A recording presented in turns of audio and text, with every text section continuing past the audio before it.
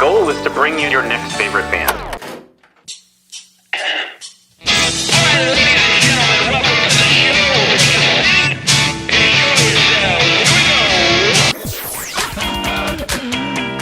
Sweet, that intro is my new favorite band. That's phenomenal. I'm so excited to be on. Yeah. I heard a rumor that you might be able to play that song live today. You heard correctly. Yes. Excellent. So, good enough for rock. I don't know when I rock out here on your next favorite band show. and listen, it's going to be everybody's favorite band. Phil, you weren't supposed to make me get all... God almighty, But this Phil. is why we do it. Like, seriously. I gotta gather myself. All right, go ahead. Okay. Welcome to your next favorite band. That's both the show title and our promise to you. We here at Stereophilia Studio are tireless in our pursuit of finding incredible, genre-defiant artists who are either a hot up-and-coming band or a group that has been delivering for years but have flown under the radar. Today it's time for Musikfest Optimum. We're going to share you the best of the fest highlights from this year's festival. Live from Bonn Place Brewing.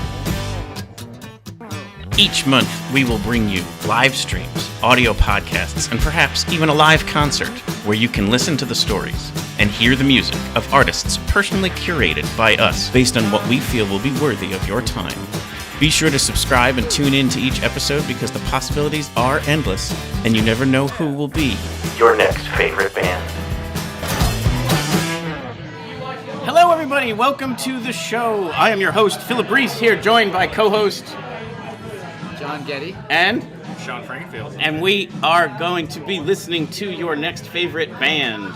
A special one here, 4th year in a row that we're doing our Musikfest highlight episode. We decided to call it Optimum, which is somewhat because we call the preview show Exordium, so I went back to the Latin language and just looked up on Google what would be the best of in Latin, and it was Optimum. I'm like, sounds good to me. So, 1st year calling it that, but 4th year doing this show, and all 4 years have been here from Bonn Place Brewing. So, we want to say thank you off the top for letting us always kind of nudge our way in here and grab a corner and just absolutely do a knucklehead podcast. The best way to do it. But Sean is slinging beers today. It's happy hour. It is till 7 o'clock. Yeah, and we are truly live, so we would love to have more people come down here and join us. The tap room is in good shape already, but plenty of room for more. And anything else you want to share about happy hour or what's going on today?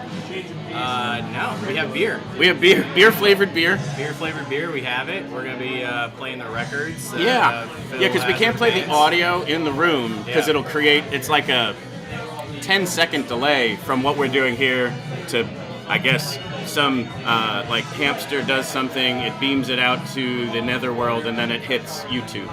Something like that. Something like that, for Right. sure. That's too technical for most people, but I figured I would get in the weeds on that one. We can't have the audio in here, but what we decided to do is you have a Bring Your Own Vinyl Wednesdays. Every Wednesday. Yeah, so I wanted to promote that as well because it's super fun that people can stroll down here for a couple beers, bring their vinyl, listen to other people's vinyl. It's a really cool offering. But today I asked if we could just simply, I have vinyl. The only thing I collect vinyl-wise is people who have been on the show before. And so I have this fun collection of next fave bands in essence. And so I figured let's play some of that while the show is on. But it's being projected on the wall, so you'll be able to see the cool videos, listen to Next Fave Bands on vinyl, and drink delicious beer-flavored beer slung by Sean. And who else is slinging beers? Frankie's here tonight. And Frankie's here today. So it's a great time. If you're anywhere near Bethlehem, come on down. What an awesome way to start your Labor Day weekend. Yeah, and if you don't like beer, we got espresso martinis. I saw there was a margarita special. Mango margarita, too. Wow. How about Espresso that? martinis made on Nona's espresso pots. Wow. So the espresso machine broke. We're waiting on parts from Italy. Nice. So Sam just decided to make espresso on 1940s equipment. That sounds like Sam. That's on brand. Right? That's right on brand. So we have about like 8 mocha pots in the back, and he's just been slinging espresso all day yesterday. So we can have it for the weekend. Fantastic. Well, again, if you've not been to Bonn Place and you're in the area of the Lehigh Valley, do yourself a favor. And if you can't check it out today, check it out another time. But Sean, thank you for letting us also borrow you off the top here. I know you've got a busy room, so cheers. I don't have a beer, but cheers. All right, guys, I'm going to open the door for you, too. It's a little hot back Awesome. here. Well, thank you so much for that. And thank you for letting us be here. Absolutely. And John Getty, my main ride or die fester. Yes. We've done a lot of festing together. And what's interesting is more recently, you've pursued using the Musikfest app and going to see different bands. Like you've now gone down the path of seeing the ones you want to see. So we haven't fested as bonded as prior years, but the last 2 years or so, you've had a different experience, which is what I love, is that we can get together and talk about what you saw, what I saw, and it almost helps me kind of experience even more of the festival through your eyes. Right. Well, and it is, the transition's been difficult, I will say, because I miss you. I miss you too. I do, for sure. But I do also understand that, I'm stubborn about what I want to go see. Right. And then you have stuff, especially you've also been hosting a lot of fun people like, your brother or your uncle or whatever coming into town and then catering to what they want to see, which is obviously what you should do. And it's great. I think that's the other thing I want to say off the top here is, even though we're saying this is best of the fest, it's purely from our lens. We're not trying to say we have some sort of definitive understanding of what was best. This was just purely off of what we experienced, what we recorded. This is what we thought was the best. And I think the other thing I'll also share is, I didn't get to everything even I wanted to. Right. Even some really good ones. I didn't get to see Dylan Zangwill. I didn't get to see Dirty Dollhouse. Some of that was because I broke my foot during the week. But some of that was just so hard for me to give those up. But therefore, I don't have any experience from some really powerful good stages out there. Right. So this is purely just from what I saw and what I captured. That was the other part too, was I did try to also make a conscious effort to not always have my phone out. So I wanted to kind of get out there and also be in the moment. So there was some where I was like, this is amazing, and I know it's amazing, but you know what? I'm gonna enjoy it for me, and I'm not taking the phone out. So there was some really beautiful moments this year that I just kind of missed. Yeah. And missed recording. I didn't miss that. Right. And on top of that, with the weather being incredible, it was a great fest. No oh my matter gosh! What, because you could not have scripted 10 better days. Right. And even the hottest day wasn't hot by August standards. No, not at all. And like you had mentioned that, family and friends start to come down, yeah. and you want to bring them around and show them some of the plots that you love, and Stott Plots has been a great location for years, and it's been. So that's what's amazing. We should keep a tally. I think the first, let's even see, 1, 2, 3. I'm just looking off here. 4, 5. I think the first 5 are all Stott Plots. Right. And it's just classic Bethlehem Music Fest. Correct. Because you have the view Yep. of Southside from there. Yeah. And it just feels like authentic Music Fest. Yep. And And the other thing about our best of is, there's 2 asks that I have, and one is even encouragement. Our Instagram page, I basically posted anything that was awesome on there. I think it was 33 different bands that I was posting pictures and video from. So the Instagram follow is a good one if you like this kind of content. So that's one thing I wanted to encourage. Then for this purpose, I also wanted different. So whatever I posted there, you're not going to see here today. And the other part about that is I also tried to be a little more what were the really special moments? What were the ones that were a little bit of a notch above? Right. I tried to get it to 10. I'll say this, in prior years it was always 25 or more. And I would just sit here and play video after video, but I kind of wanted to get a little bit more into having some people share their experience what you're doing. And there's a couple people already gathered here to kind of jump on when it's up to one of their best ofs. But I also just wanted it to be maybe a little bit more these were just again a notch above. I got it to 15. Okay. I tried to get it to 10, and there were just too many that I was just I just don't want to not share this one. Right. So I thought 15 was fair. Again, way lower than what it had been in the past. And just too many also just awesome bands I want to highlight. So 15 highlights coming here, which, if you think about it, is less than half of what I posted on the Instagram page. Right. So that's the thing. I would love just to hear from you all, like, what did you think was the best of the fest? So share that in the chat or DM us or whatever. But again, don't think that I'm sitting here trying to say these were the best and not what you think.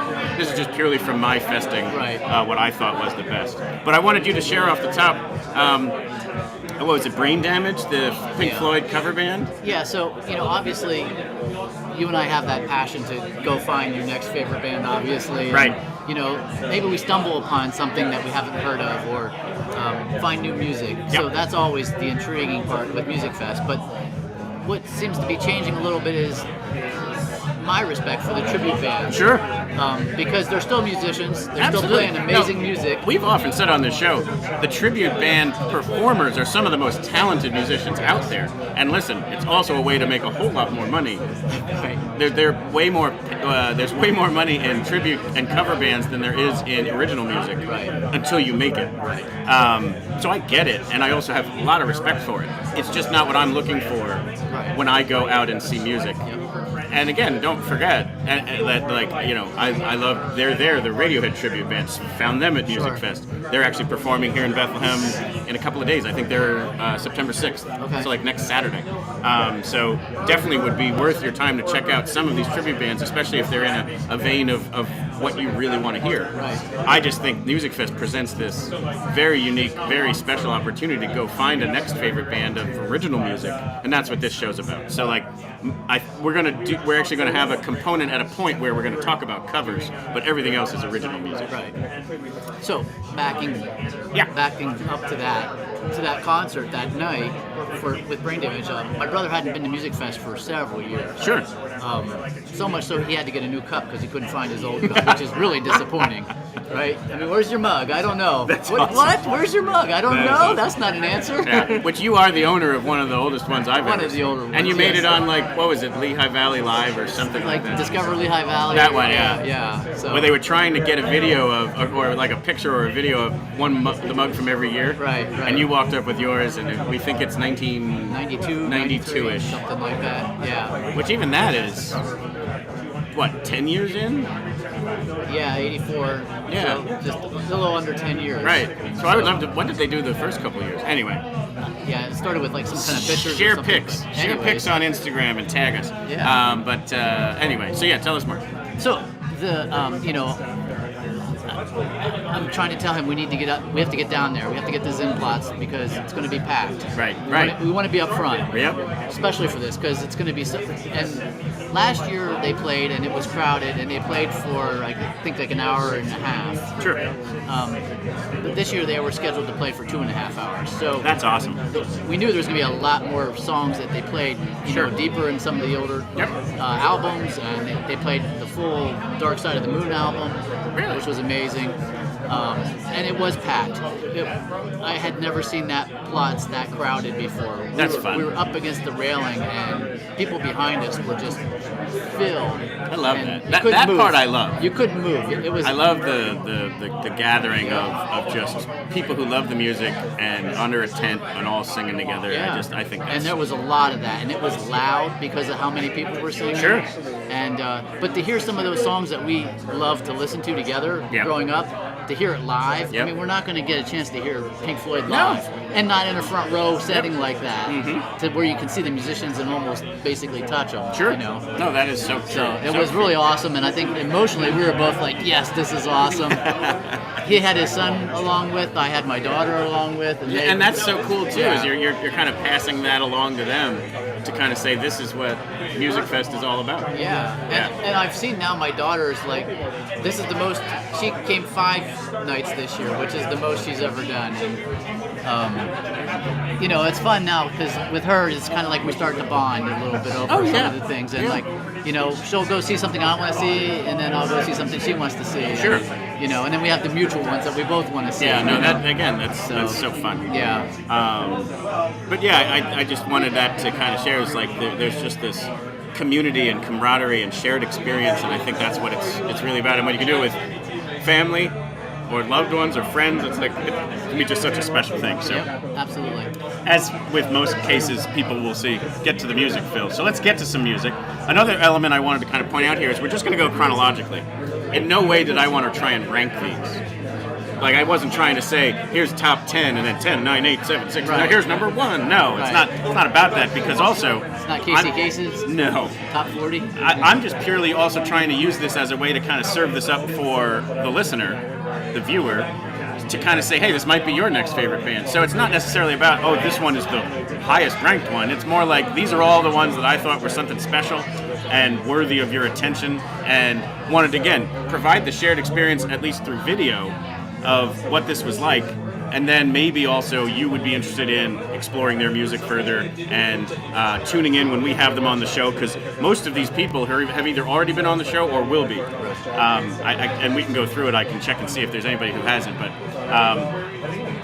the hope is that we would. And then the other part is go see them play live, and that's what this is about. So that's kind of the nice part about this. So anyway, let's start things off. So opening night was Friday. Again, weather was perfect.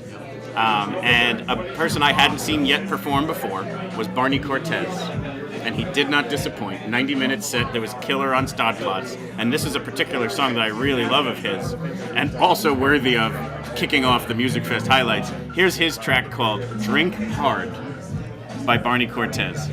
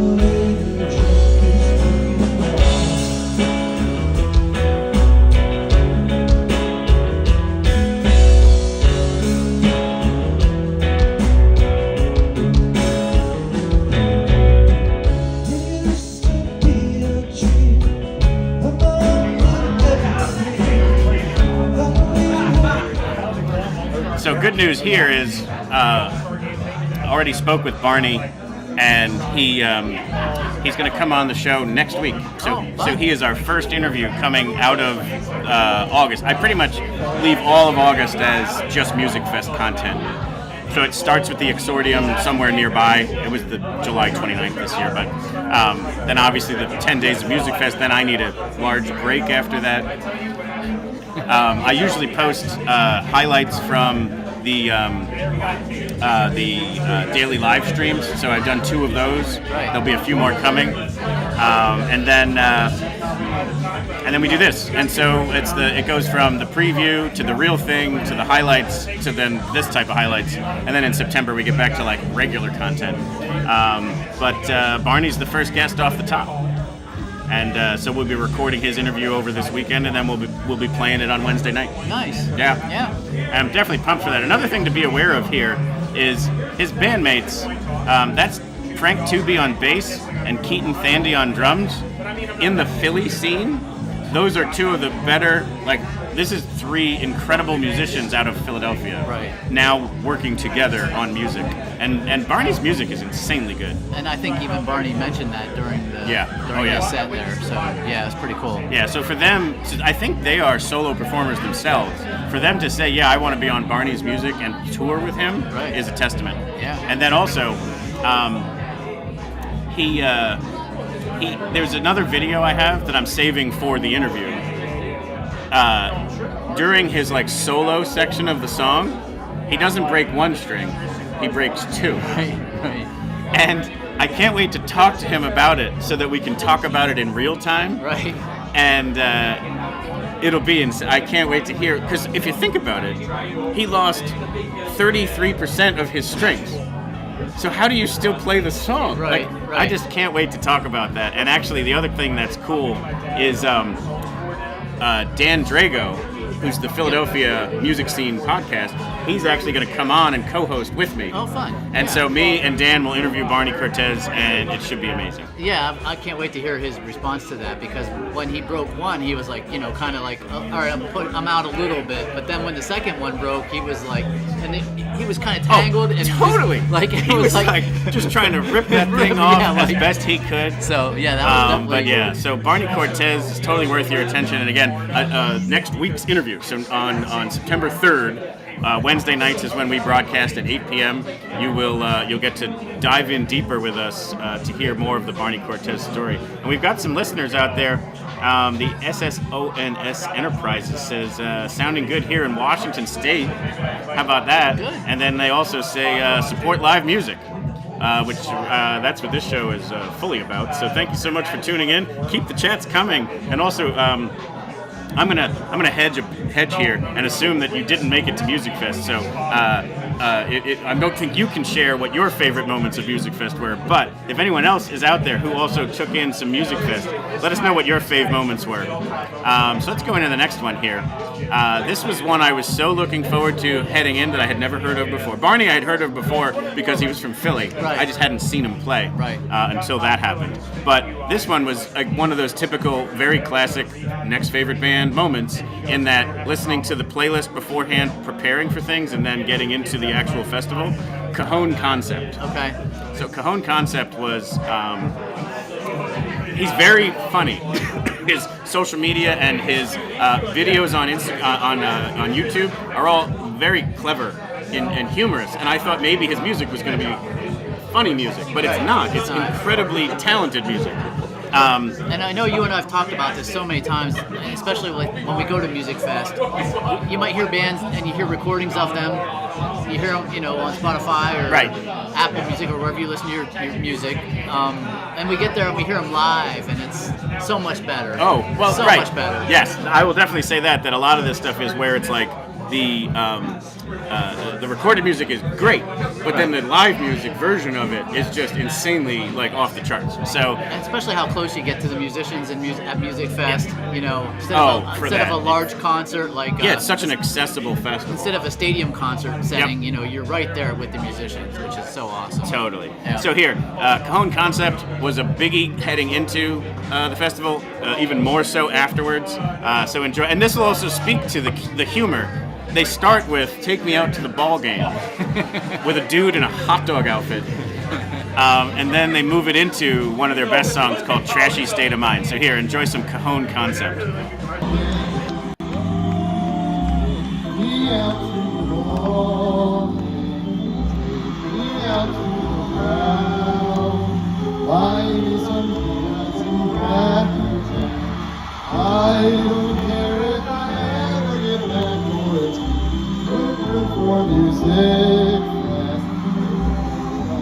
It's a shame, for it's 1, 2, 3 strikes around and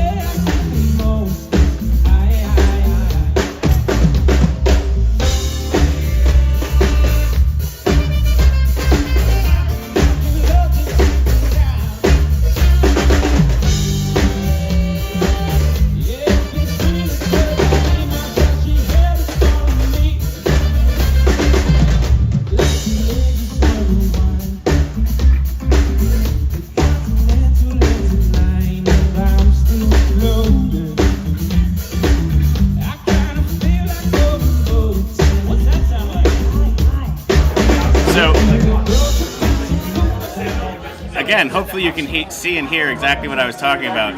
It's the combination of really funny with really good music. And you just said you already miss it. Yeah. Well, you could, because just looking at the video, you can see the beautiful weather that we were standing in, and the view there, and it's just, and again the variety of what comes around. Yep. You know, not expecting a guy dressed in a hot dog costume. And there's some sort of running gag with them and hot dogs.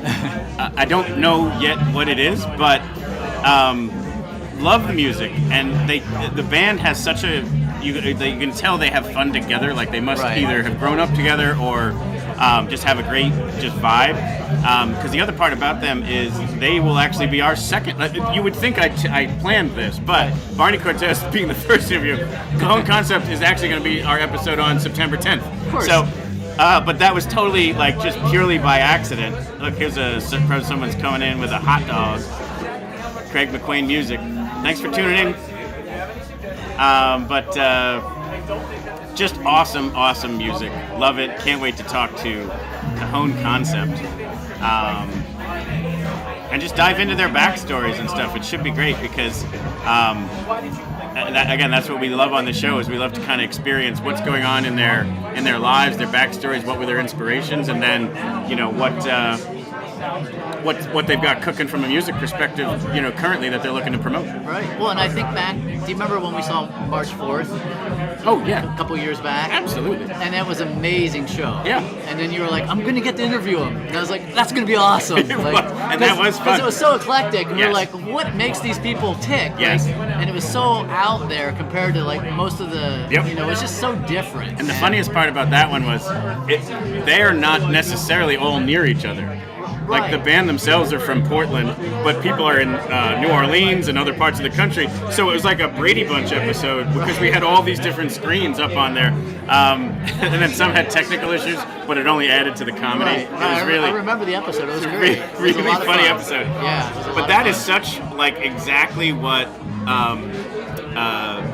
Musikfest is about, is that kind of band, and that's where I think Cajon Concept really fit in with that because it was just such an interesting thing. Right. Oh, we have George Wacker, Lehigh Valley with Love tuning in too. Hello, George. Chat in there what your favorite Musikfest moment was. I think you had shared it with me, but I want to put it on the screen. But this is so fun. Keep tuning in, keep chatting. But Richard, why don't you come in here because we're going to start getting into some of the stuff that I wanted to chat out with you.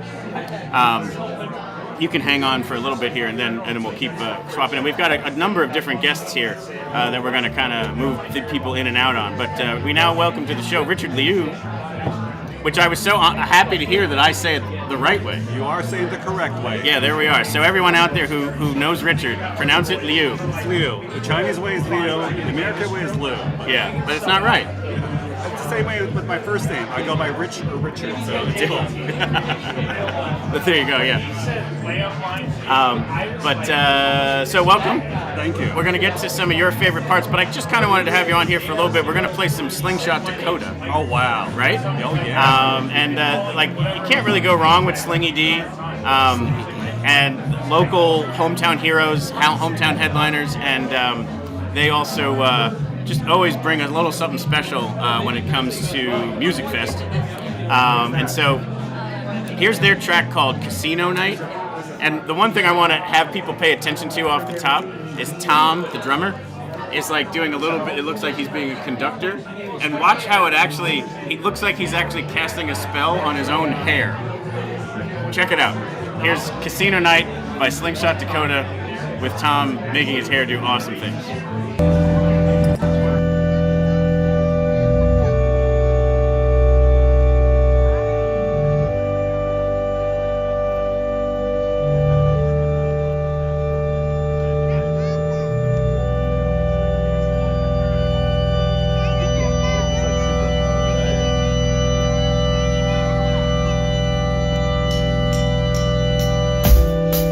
Inside my end, to call you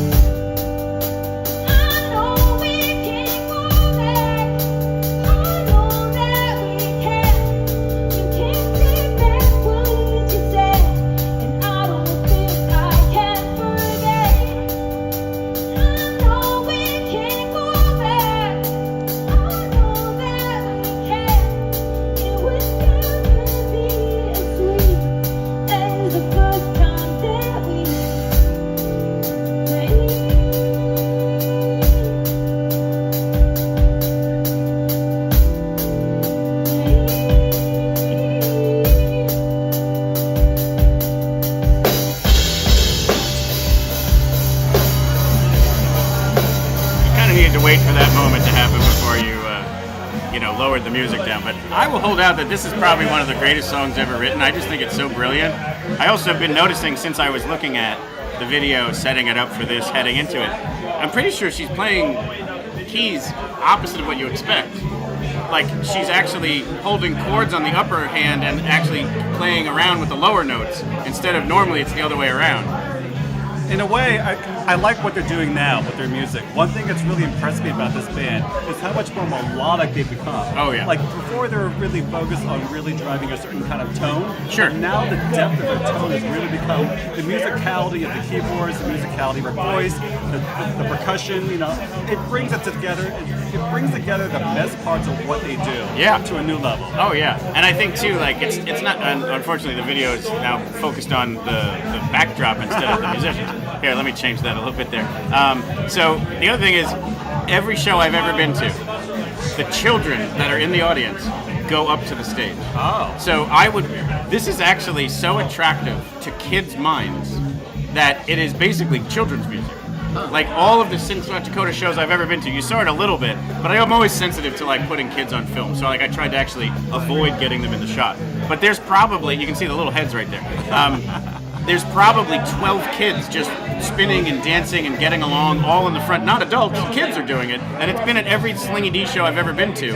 It's kids' music. I mean, and in a good way. Like, I mean, like, they're so pure and genuine that they will only do that if it's music that moves them. And it resonates with you. Correct. And so that's how good it there. You see it, some of them there. But anyway, Slingshot Dakota, amazing.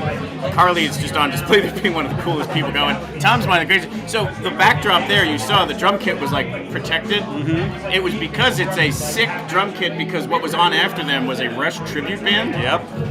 And I will venture to guess they couldn't keep up with Tom. Like, Tom is one of the sickest drummers you'll ever see, and he was probably better than whoever was in that Rush tribute band. The Rush tribute did disappoint, so I was really happy to see Slingshot Dakota before Rush tribute went on. Yeah, the Rush tribute had some technical problems, but you know what though? Slingshot Dakota really delivered an amazing performance. And again, having seen them over all these years, I wasn't their biggest fan, but now I'm a fan. Oh, good, yeah. Well, and the amount of music they make for two people. Yes. Oh, yeah, the sound that comes out of two people. Yeah. Drummer and keys is so good. Because there's no guitarist, which, you know, that's pretty uncommon, I would say. Oh, totally. Yeah, so it's kind of absolutely amazing. Yeah. So now the next song we're going to move into here was on both of your lists. So both of you mentioned this next one, and it was high up for me too. There we go. So that's why we're here on this together. So also contributing to this one, we'll get into it afterwards when I started, was a very emotional, special moment to the lead singer. But how they pushed through and made sure they did this performance, and how so even if you didn't know that, something special was going on that stage that night. But knowing it made it even more so. And even, again, all of that just aside, Ruby Deer, another local band that's insanely great, should be known by everyone out there. So if you don't know Ruby Deer, definitely check it out. I'm looking like something like in the video for Bohemian Rhapsody. It's like uplighting or something like that. The door is open over here, and now I'm getting like very. Anyway, so yeah, Ruby Deer, insanely cool. And then this is a powerful song. It's called Screwed. And if I have it right, I don't know. I'm pretty sure I do. Jenny Founds, the lead singer, had ovarian cancer or something in that realm, because that's what this song is about: is surviving and going through cancer. And you'll hear it right off the first lyric of the song. But it's sung in the song is written to be dancey and upbeat. So if you're not even paying attention to the lyrics, you don't realize how powerfully moving and emotional the actual song is. But definitely do that. So here, check out the song Screwed by Ruby Deer.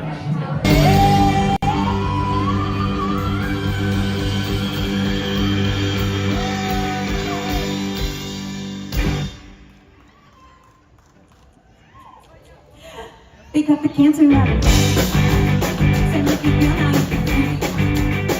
Wanna find a mystery love too. 'Cause I've been searching for better things. A little news tonight. A little fire in my eyes. And I know I should go better times. The poetry taking my whole life. I guess my body is on it. Ready to give it all the tricks. But the doctors won't let it go. They keep asking about my soul.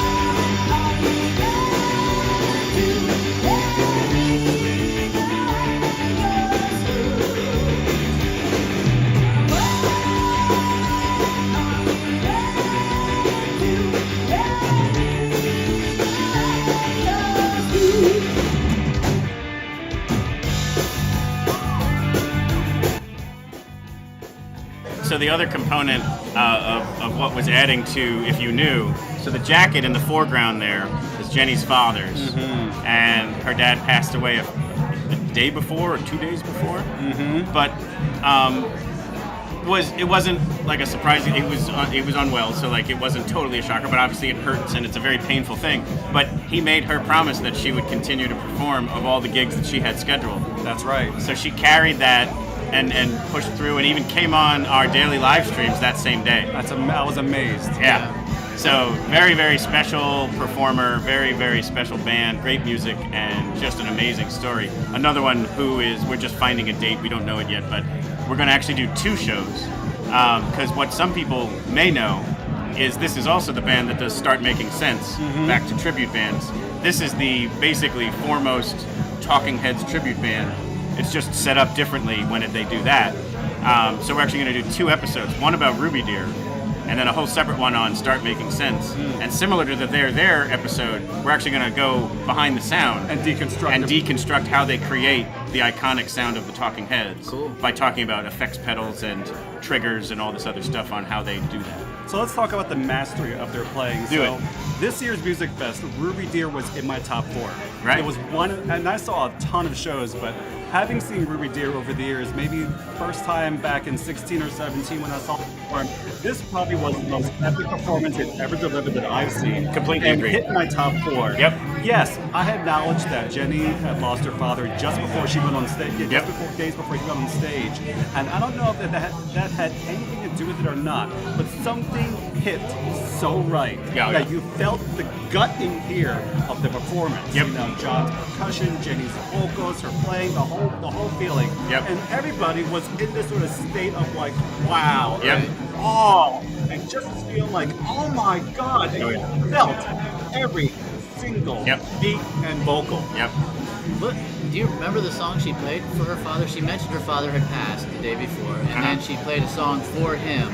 I don't remember which one it was. And it felt like almost like a Burt Bacharach kind That's of song. right. Yeah, I do remember her doing it was that. Kind of like, you know, she's like, I'm going to do this. I'm not sure how well it's going to come off, but she nailed it. And like, you know, you could see people were just emotional just watching her, and just the way she pulled that off. It was pretty cool. Yeah, this would have been a one that, like, you would hope that was recorded by somebody, including the board, so that you could do almost like a documentary about it. Like, But this is one of those moments you had to have been there. Yeah, oh yeah. Because, you know, absolutely. You were capturing a great recording, but the feeling there was unbelievable. So, Yes. And JD fans, we love you. We love you. 100% agree. The other thing about them is, and we're going to talk more, again, we mentioned this before, we talk more about covers later, but they picked some incredible cover songs, like that one you're talking about, but they covered like Kiss from a Rose from Seal, which was insanely cool. And I didn't even know it was Kiss from a Rose until I'm like, I know this. Why can I sing along? Right. But also, the most formative album in my listening ears was I was in high school when Nothing's Shocking by Jane's Addiction came out, and it totally changed everything for me.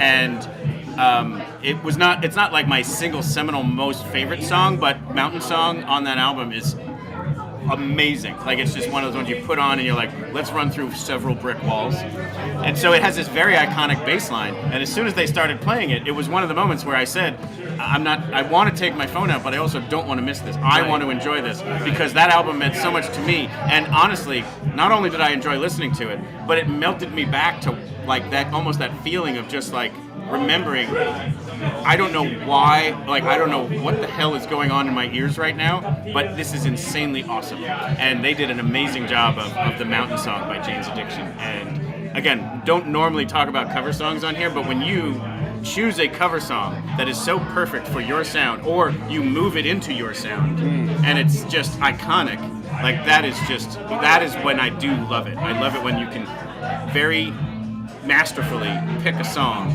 that fits your style and you just crush it in your way, and I just think that's super cool. I think when we saw each other at the show, I think the first thing we did, we like looked at each other and just said, "Oh my God!" Right, yeah. We were surprised that she was going to sing this, like, you know, just especially because how emotional it was going to be for her. That, you know, how's she going to pull that off, like, without breaking down? But she just.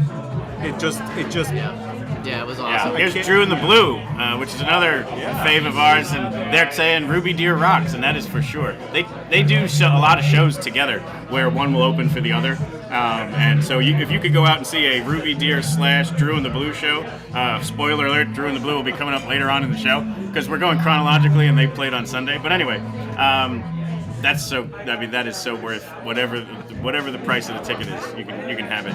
I would want to see that show. But yeah, so keep the comments coming. Keep letting us know what your favorite moments from the festival was. John, I'm going to swap you out now if you don't mind. Richard, you have to stick around. Yep. But Megan, I need a refill anyhow. There you go. Thank you so much for coming on. Sure, thanks for having me. Absolutely. We're going to swap around a little bit here.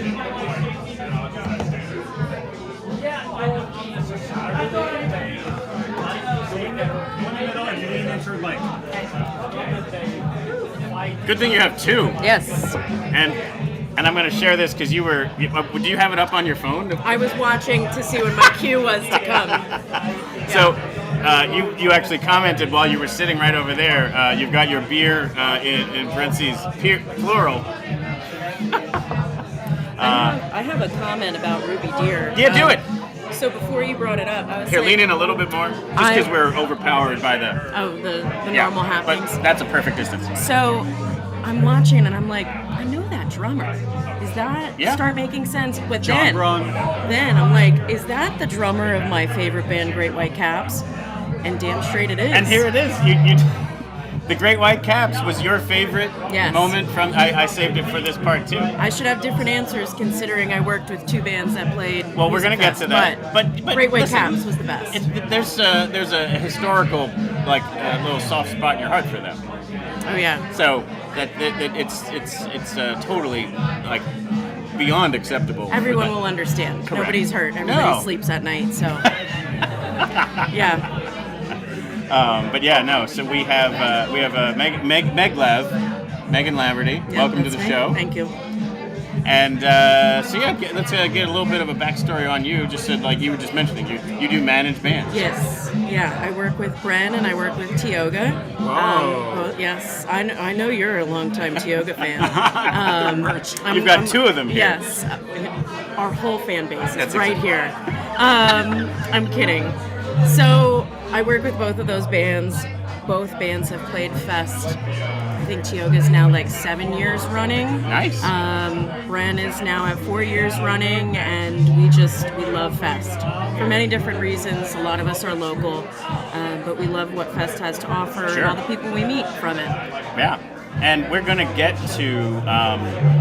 Bren is on the list. Cool. But I wanted to bring you on a little beforehand. But Tioga is not. And that is, it's not a statement against anything. It's it just, was the three-piece. I get it, Phil. I know. Well, I don't know that had it was still great. That was such a unique and different way to see it. And actually, do I have it here? Greg's writing a strongly worded letter right now. Yeah, I'm gonna get. But let me show you this. One of the best pictures I got from the fest this year was this picture of Greg doing a solo set. Yeah. How awesome is that? Yeah, very cool. That was on the last day, the Sunday at the end of the festival. So there was lots of great stuff, but to me, it almost speaks to just how amazing this stuff is, because I can't have it for everyone. Right. But back to the three-piece, it was still awesome. That was a very cool thing. Yeah. Yeah, it takes a lot in management when you're like, oh, we want you to play Musikfest, great, and you have basically 2 days that some form of the band is available, and I say some form because I never had all four available. Right. Having trust in your artist to make it work, I was never concerned that as a three-piece that they wouldn't deliver. No, it was awesome, and actually you flop your drummer into a cajon. Yeah. And you made it almost like a singer-songwriter Godfrey Daniels type step. Yep. And I thought it was really cool, Yep. especially in that space. That's a stage that could handle that. Yeah, and the it really worked. WDIY stage. Yeah. So it was a great fit for us this year. We're grateful that they had us at a different version of ourselves. But yeah. So the one we're going to bring up now is actually one I don't know if either of you saw. It's the band called Gadon. Okay. So Gadon is a five-piece Celtic band. Oh. Give it to me. 3 guys who started the band from Italy, right? Okay. Then they bring in a guy from Ireland, All right. who was in the band We Banjo 3. Okay. So they bring him in, and then they actually bring in an American clawhammer banjo player who has this awesome voice. Now, there's not going to be any vocals in this one because they play a lot of either old-timey Irish music or current stuff that they write. But this particular one is two like classic, basically old-timey songs. Cool. So it starts with the song "Boys in the Gap," which I think is an Irish song, and then it moves into an American banjo song called "Arkansas Traveler." Okay. So here is Gadon, and then we're going to talk more about them afterwards, but enjoy.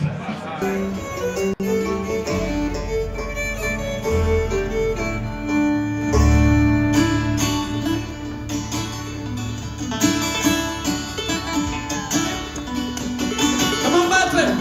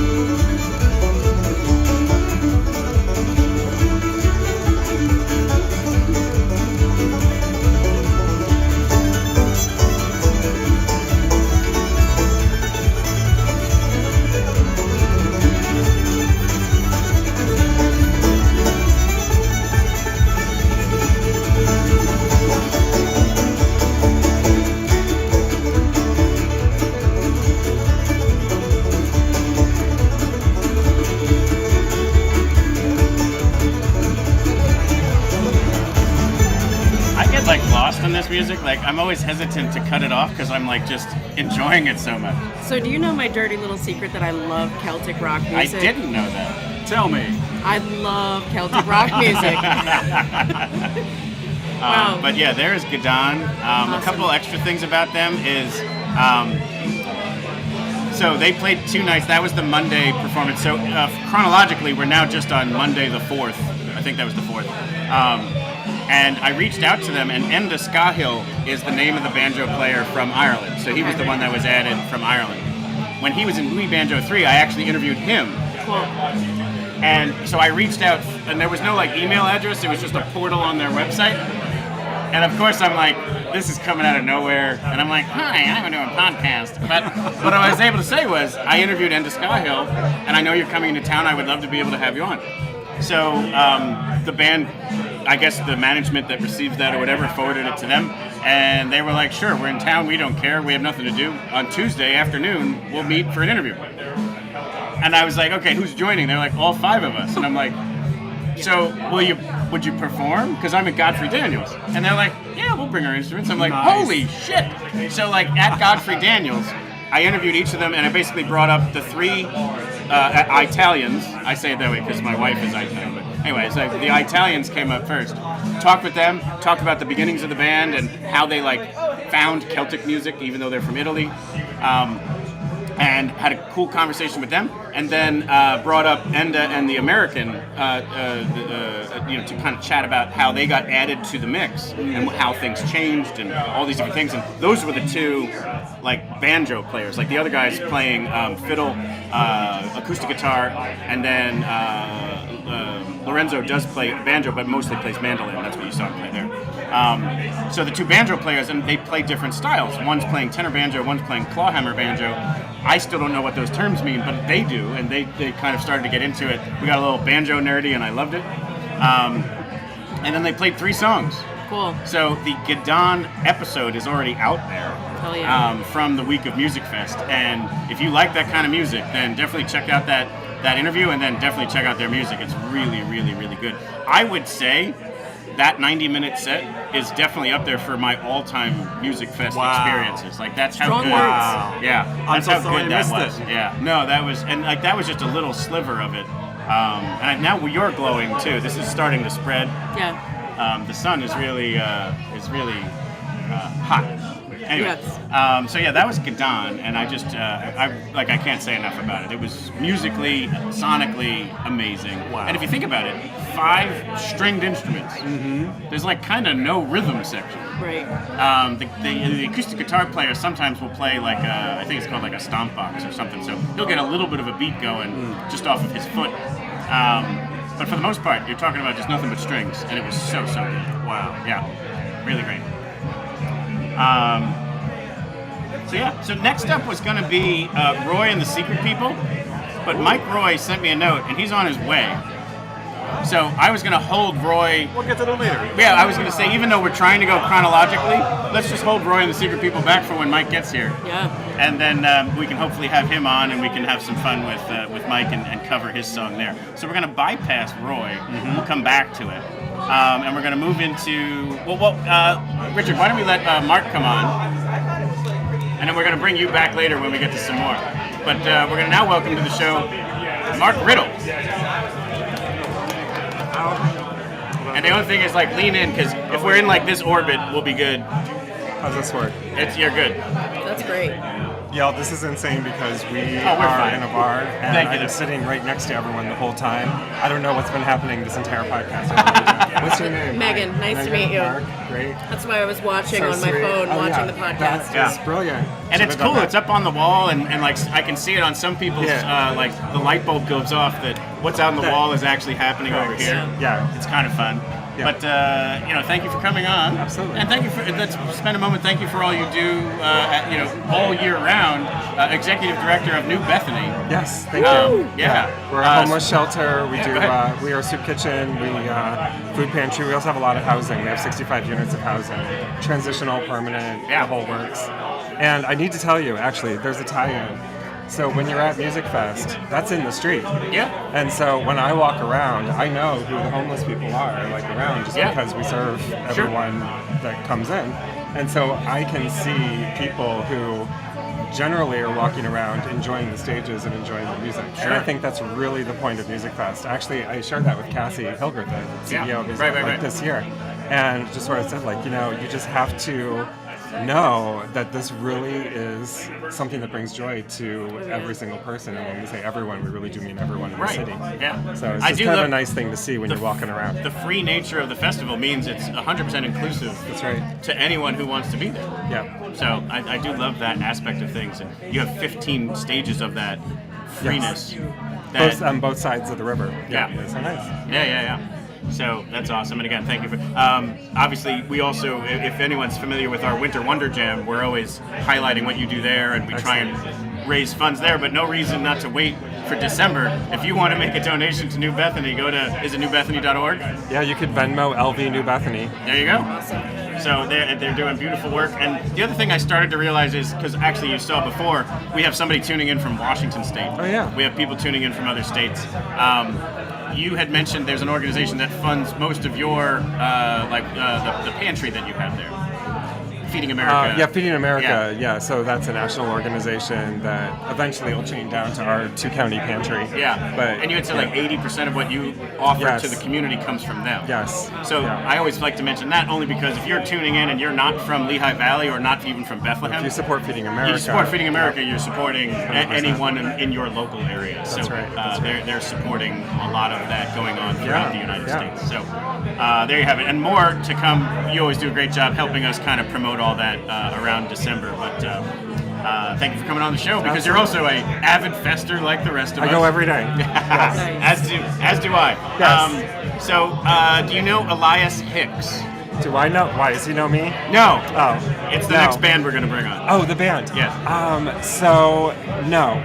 It's fine. Do you know Elias Hicks? I don't. Okay, so here's the fun part about Elias Hicks. It's okay to say that. Is he came on the live streams last year at Godfrey Daniels and then got rained out that afternoon. Oh, was it rainy last year? Oh, yeah, no kidding. I wouldn't know. Right. So here was the thing was, we were pumped to go see him he was so kind to come on the show, so we interviewed him for like, the only thing about Godfrey's is awesome, but it only is about like an 8-minute chat and then a performance or whatever, which is awesome. But like, I wanted to dive so much more into his backstory. And then I was like, well, we'll go see him play live and so on. Nope, torrential downpour with thunderstorms, shut down the whole festival for 2 hours, lost his set. But now he got rebooked this year, and here he was. And he crushed it. So like, we're now like, I think 6 straight in a row that are going to be from Stadplatz. But this is a track of his called Thinner. It was off his first EP that he released. And I think you're going to really love it. Especially it does kind of still have like a little bit of a Celtic kind of feel to it. So here's Elias Hicks, Thinner. Like summer's words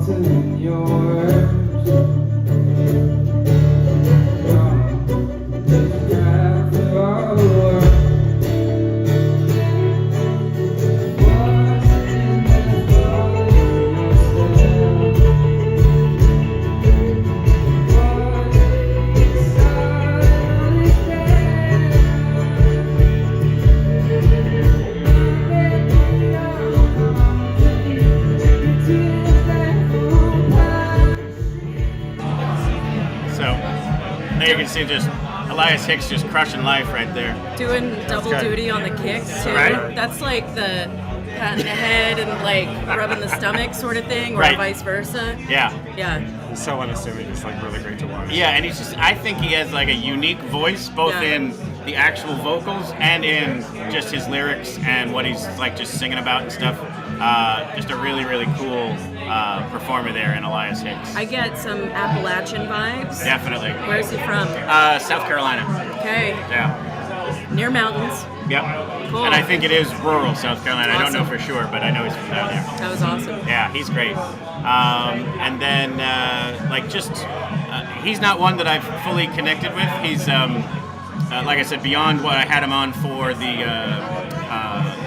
daily live streams at Godfrey Daniels last year. Wasn't able to like stick around for the end of his set because Dustin Douglas was on at the same exact time, and I wanted to like catch that too. So this was again where like I just couldn't capture everything just because of schedule, because of foot, because of whatever. Just one of those things where I hope I can circle back and get with Elias and bring him on the show so we can hear a full episode of that. Yeah. And now we're up to Bren. Bren said hello and also said to say that Wheatus says hello. So Bren opened for Wheatus Wednesday? Yes. It's like 2 days ago. Yeah. What a great, first of all, a great opportunity. Yes. But secondly, a great pairing. Their sound is really good together. And I knew that ahead of time. And the other thing I'll say about the Wheatus folks, they're some of the kindest, definitely most humble people I've ever met. Oh, yeah. Especially for somebody who, if you pull up Spotify, has about 6 million monthly listeners. Right. I'll tell you a funny story. I did an interview with them 2 years ago, and then I have in the hopper a behind the sound episode. So when I do behind the sound, I go for load-in, and I go on the stage while they're doing sound check. And while someone isn't busy being sound checked, I'm like, tell me about your keyboard, tell me about your effects pedal, tell me about your guitar, why do you swap this out for that or whatever, and then I edit it all together. So that is going to come out in the fall. But while I was recording that, Gabrielle, which is one of the singers, I was like, hey, by the way, your episode was so helpful for my show because it put such eyes on it. And she's like, well, I'm so glad it was mutually beneficial. I was like, mutually beneficial? Like, no. I did nothing for the Wheatus brand. But thank you for even thinking that was... You're spreading the Wheatus gospel. I know, right? Yeah. No one knew about him before my show. Teenage Dirtbag who? Right, yeah. Yeah. But I just, again, like, that just speaks to just how kind they all are. She wasn't even being disingenuous. Like, she was just being these wonderful people that they are. So that's awesome. They've even stayed in contact and stuff. So, like, I did reach out to them, and I was like, you're going to love Bren. And they're like, can't wait to see her. Anyway, so it was really, really cool. Yeah. But yeah, no, that's super fun, and I can't wait for that episode to come out. But let's stick with Bren. Okay. Bren has a lot of new music. Oh, yes. And in fact, back to the Instagram posts, that song, Come Closer, is so great. Yeah. So posted about that one on Instagram, but right here we have Happy Birthday. Yeah. So anything you can share about this particular song? You know, I have loved Happy Birthday since I was fortunate enough to get the demo. What I love about working with my musicians is that I'll get that late night text with this like audio message that's like, what do you think? And to hear Happy Birthday go from that to what you get to see live is so special. It's a special track. I mean, I've known Bren right after she was writing She that. graduated like across the street. Yep, Charter Arts. Charter Arts. You know, we were part of Lehigh Valley Girls Rock together. Right. So, Yep. a great organization. And now based in Philly. So like, yes, kind of grew up here, graduated here, but then moved on to Right. where she can make more of a name for herself down there. Right, and just doing some different gigs down there. But the song has always been powerful. I've been fortunate to hear the solo acoustic version of it that's just as like devastating to the full band version that still is a gut punch. Yeah. Well, here's what's funny. I hope this comes across the right way, and it probably, hopefully, speaks to this.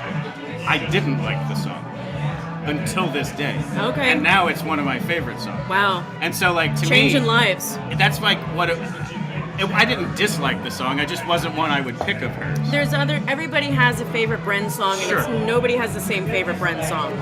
But it was just one of those things where I was just like, and this happens a lot for me, where it's just like, I can listen to an album, and then when I go see the person play live, I'm like, that was my least favorite song of 10, and now it's off the charts amazing. So like, all due respect, this wasn't one of my favorites, but it speaks to just how powerful this performance was of Happy Birthday. So please enjoy Bren. So for my younger folks here, it's okay to change course. It's okay to mess up.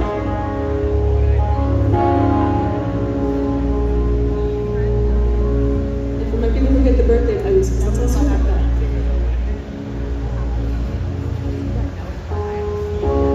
This one's for your birthday.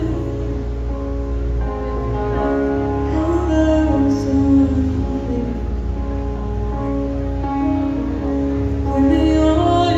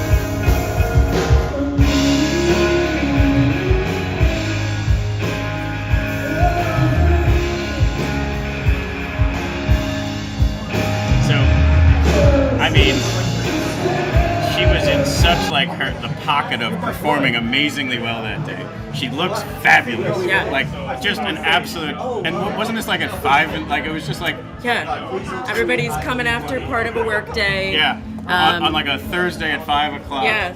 And just absolutely lit the stage on fire. But Thank you so much. this is one of those moments, like after this show, we're at the merch table, we're slinging merch, and Yep. we have someone come up saying, my 10, 11-year-old daughter just wanted to see Bren.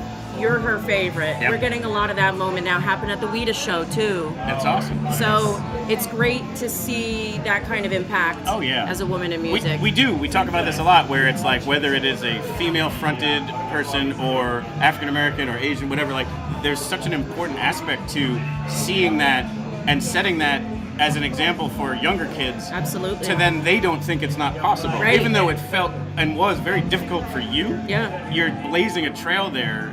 So you're absolutely right. Like, that's just so awesome that that's happening. Yeah.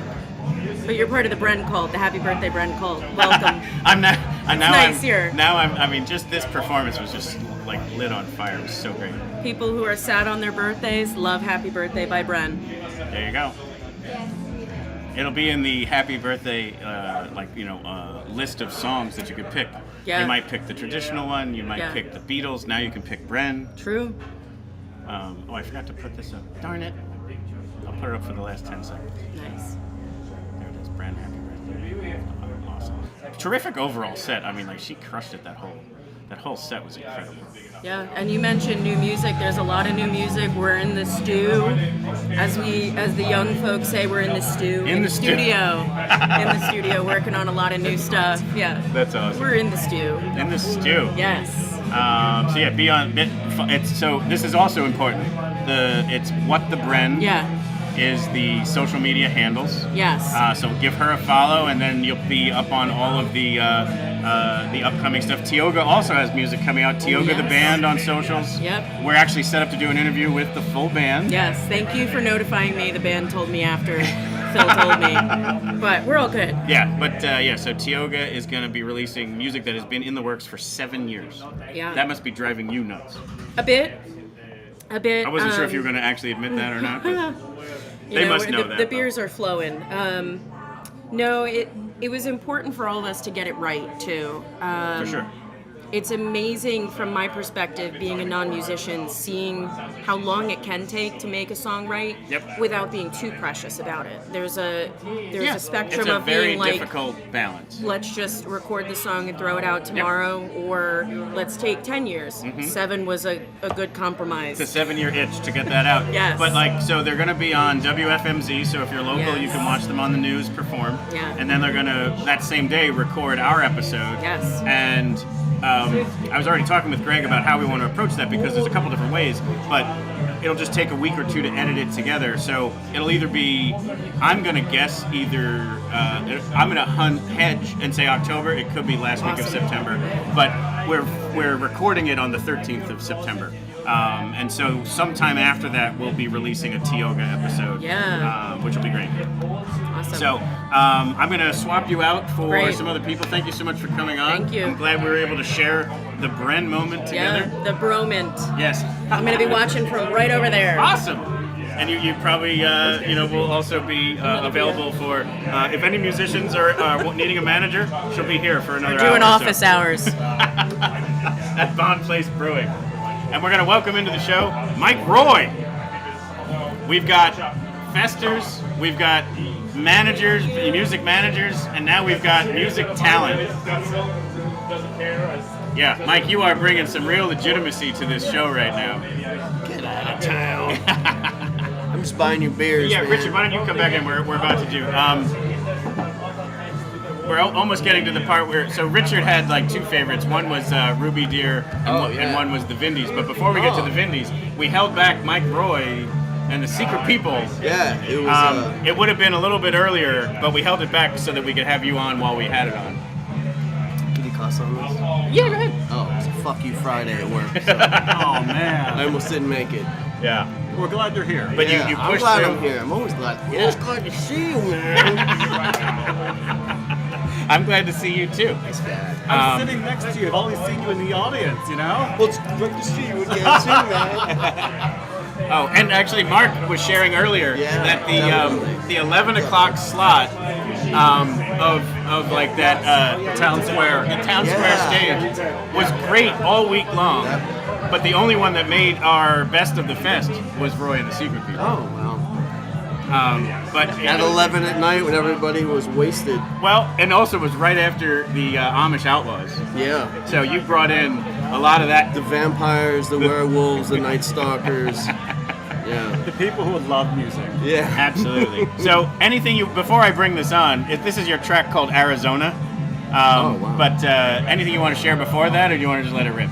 I'll just let it rip. Just let it rip. All right. So, because clearly there's a story behind it. There's a story. You're going to hear off the top here. He talks about it wasn't stalking. No, it could have been. It wasn't. No, nobody was arrested. It was a bad decision. Yeah, which everyone makes. Yeah. Okay. So, enjoy Arizona by Roy and the Secret People. To jail over this because nobody was truly stalking another person. So this ended up having a great outcome. With a long-ass drive and a brand new love with the chemical substance.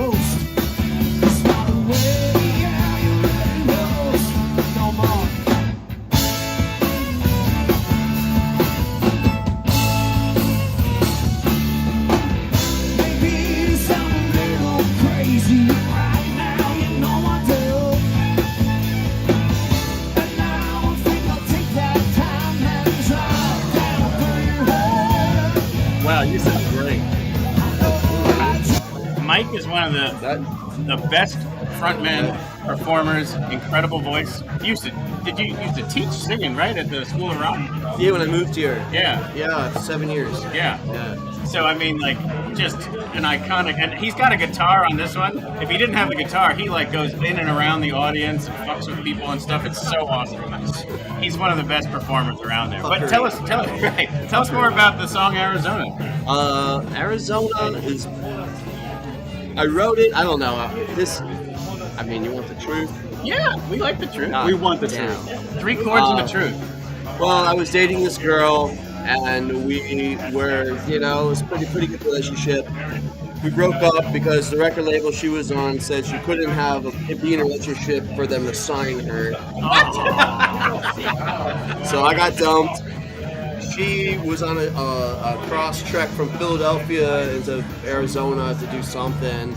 And my drummer, I was living in a band house, and then my drummer one night, it was like 2 a.m, he wanted to go down to Atlantic City, and I was just like really bummed out. And he was like, you know what, Dad, let's go to Arizona.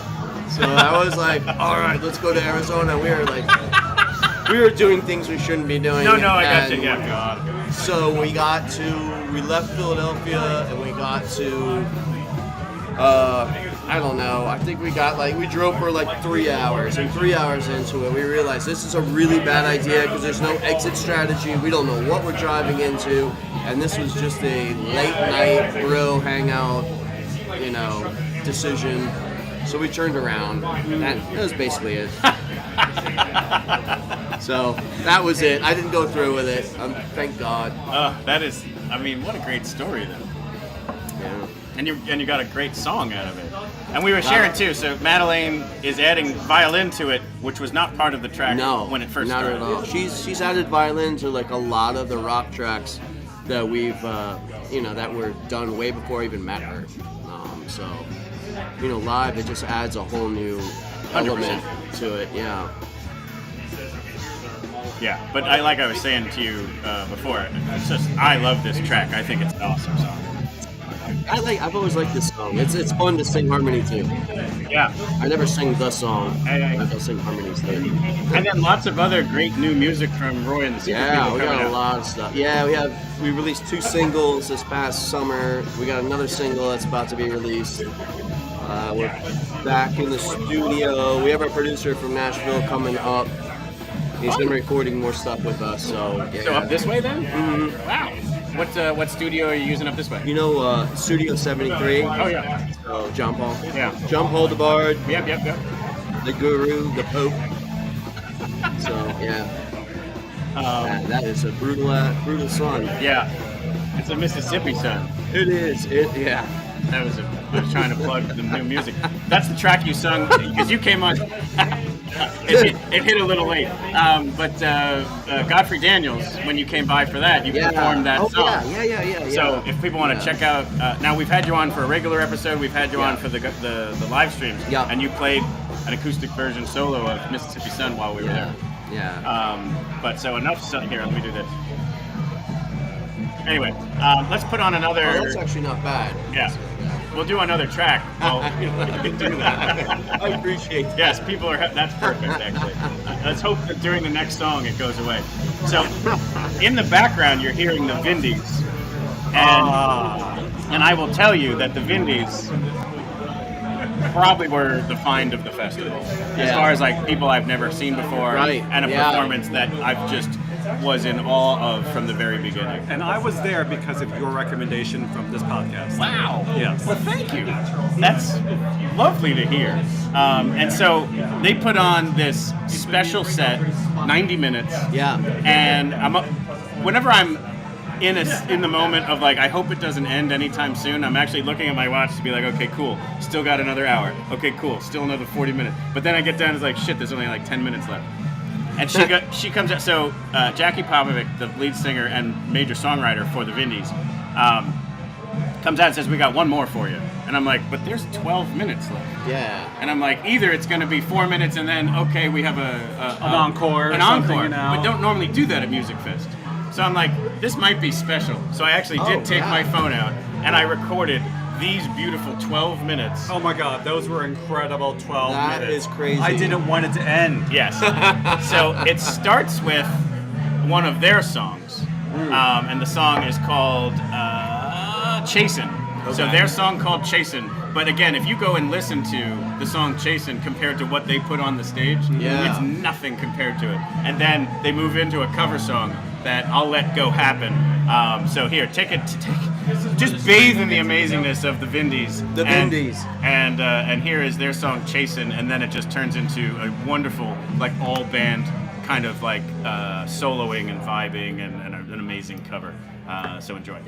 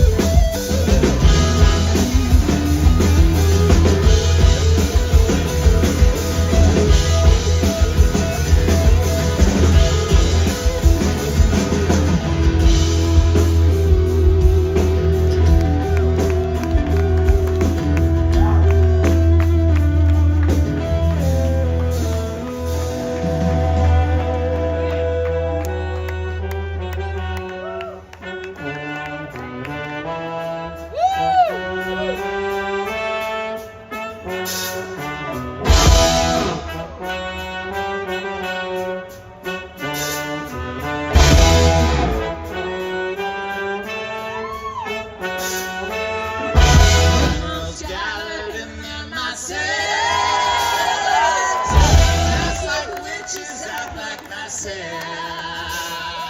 The minds that plot destruction. Thoughts and rare of death's construction. The fields of bodies burning. As a war machine keeps turning. The hatred to mankind. Poison in their brainwashed minds. Oh,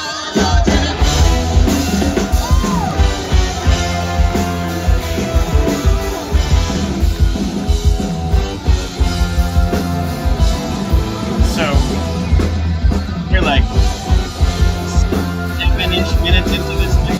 It was epic. Wow. Epic. Yeah, so we're gonna still let it go in the background. It pretty much becomes a solo fest from there in a beautiful way. But like, what a fun like blend of one of their kick-ass songs mixed with Black Sabbath. I mean, Never heard Black Sabbath harmonized like that. That's great. I love it. Well, I will say too, like, this now kind of starts to pivot to our cover song conversation, and I would love to get your take on this. I mean, to hear the amount of Ozzy covers of that, everyone was going to do it. Yeah. That's right. He's telling they're saying they're playing the Vindies right now while they're on the screen. Yes. Okay. Which is so perfect. But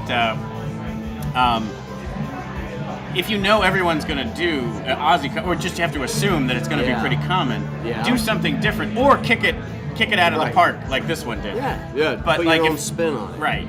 That's So what I guess that's what I was going to say was, if you're going to approach it, like actually the year prior, there was a lot of people doing Sinead O'Connor covers, or maybe whatever it was. Like, if someone passes away, there's going to be these moments. Yeah. Do something really unique and different. Otherwise, you're going to just fall in line with everyone else who did the same song. Yeah. So I think, this kicked ass. Some other people probably could have picked something different. Or even just in general, don't do the covers that everyone else does. Or at least this is just my... When you walked around, did you hear a lot of the same covers? Yes. Or really? Oh, yeah. It seems like it's always the same. Like, even let's put Ozzy aside, or whomever, like a topical one aside. Everyone's picking the same, like, fan favorite cover songs, but they're sleepwalking through it. Like, go pick something awesome, which is actually what we're going to bring up next. Like, if I was in a band, I would pick songs to cover that are amazing that most people would never even know. Yeah. This way, either it's the first time you're hearing it, or it's even if let's say this, like this one here is going to be like, oh my god, that's such a killer song to choose. Right. I didn't think anybody would pick that one. Right. So if you know it, then you're going to tap into somebody who's like just super into it. Yeah. And if you don't know it, other people, it's such a great song that people are going to just love the song and maybe even think it's your own. But like, what are some covers that you do, or like what's your process and what you would pick from a cover song too? I would say the one cover song that we do that people now know because of Guardians of the Galaxy, but we've been doing it for a long time, has been Bowie's Moon Age Daydream. Yeah, and okay, we good. recorded it and stuff. Which again, not the most common Bowie song. Right, and so where that has an acoustic approach, we kind of flipped it and then just did our approach to it, which is a lot heavier. And that's important too. Very heavy. Yeah. And so, very heavy, theatrical, and so we kind of went with that. Every once in a while, like I'll throw in I like doing covers of artists that I like that not a lot of people know. And I really I was doing a couple of Nick Cave tunes back when I was living in New York. Love it. And we still do those, but not as often. Sure. But now a lot of people know who he is. Like, he's blown up enough.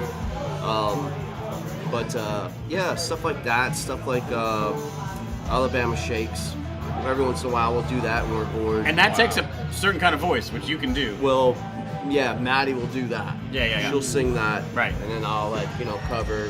Or we'll do, we'll take, like, People Get Ready, which you've heard us do. You did that when we booked you at Godfrey's, when Suge Daniels did it with you. So we'll always do that on the fly with guests, and so we never know how that's going to sound. But it always sounds great. It always sounds good. Always sounds great. Yeah. Well, I want to just do one more, and then we'll swap out some guests.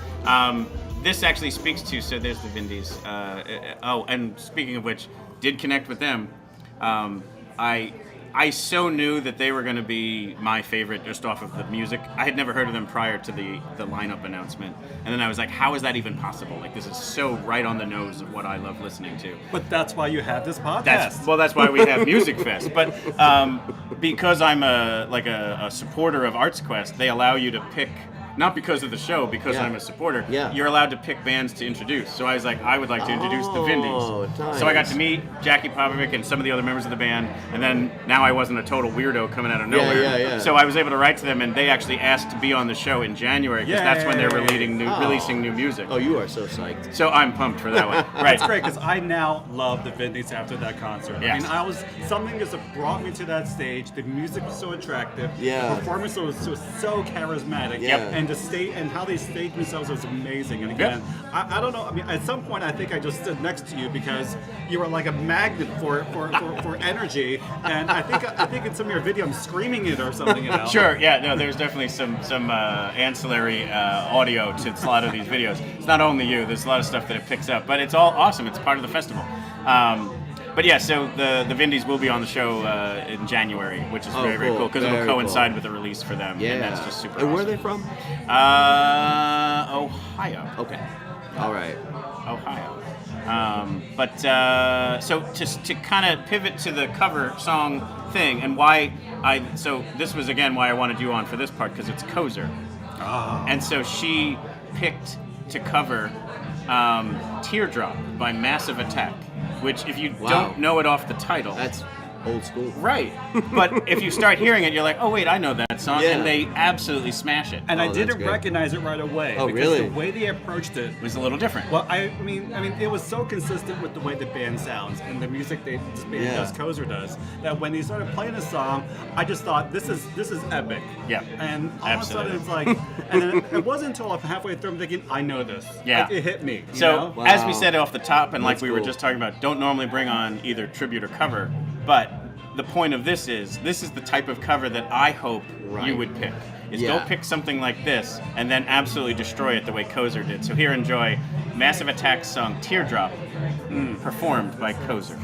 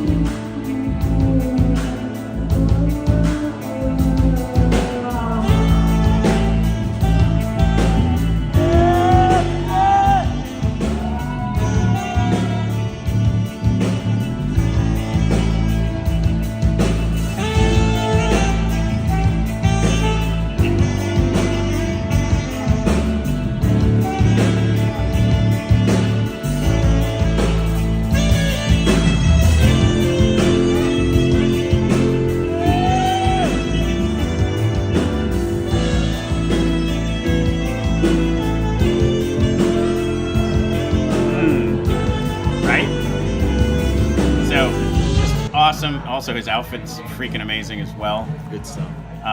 But yeah, there is Kozer, an incredible backstory. We talked about, she was on the show earlier that day when you were on talking about sober plots. Kozer is 7 years sober. Five. Well, I think I was saying 10 and it was 7. I think you're right. It's probably 7. Yeah. 7. But just an incredible story there, and just the kismet of that was not planned. No. You and I talked about you coming on to talk about that the day before, and Kozer was already scheduled. Yeah. So like all of that was just incredibly amazing. So really great stuff happening there. But Kozer's like performance is insanely good. another Philly performer. I love this concert. I Yes. mean, I had not heard of this artist before, and again, because of this because of your podcast, I was drawn and pointed to this concert, and I'm so glad you got me there because this was actually one of my favorite performances of the entire festival. Awesome. Yeah. This band was charismatic. There was magnetism exuding from the stage, and everything about her performance, the physicality performance, you felt the emotion come out through the vocals and the band. Yep. So it was electric, it was magnetic. I loved every moment of it. Yeah. So thank you so much for that. Kozer, we love you. Yeah. And also, welcome to the show from Dallas, Jeff Wentz. Hello, everybody. And you got the swag on. You got the. I do. That's the swag. Wow. I never got a hat. I gotta get you one. Yeah, absolutely. I'm gonna be like, I'm gonna put you on. It does. It follows the same color scheme too. Yeah. But Jeff, should we tell the story that we heard while this performance was going on? In terms of the... Remember, her partner was standing next to me and Oh, told yeah. me. So It's my new mantra. It's my new mantra. Her partner, because again, she was on the Godfrey Daniels live stream, so he came along and we chatted there. And then when I was shooting this, I just looked next to me and I was like, oh, it's him. And he turned over to me and he goes, because I said, it was like, she's really in the pocket. She's really performing quite well. And he leans in and he goes,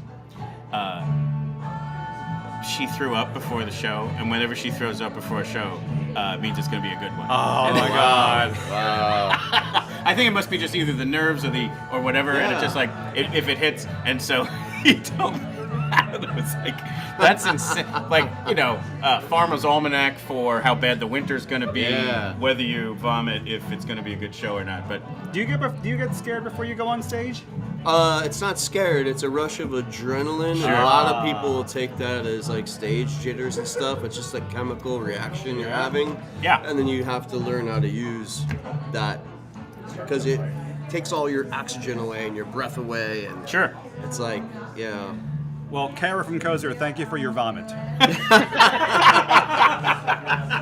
You heard it here. Yeah, we're gonna clip that one off. But I'm gonna swap some people out here. Yeah. Thank you so much for coming on I the need show. a new beer, That's so. even good timing for that. Thank you for your great performance as well. Definitely.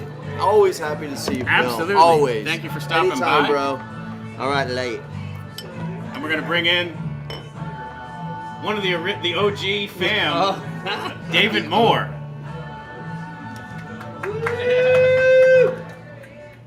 Am I sliding all the way in?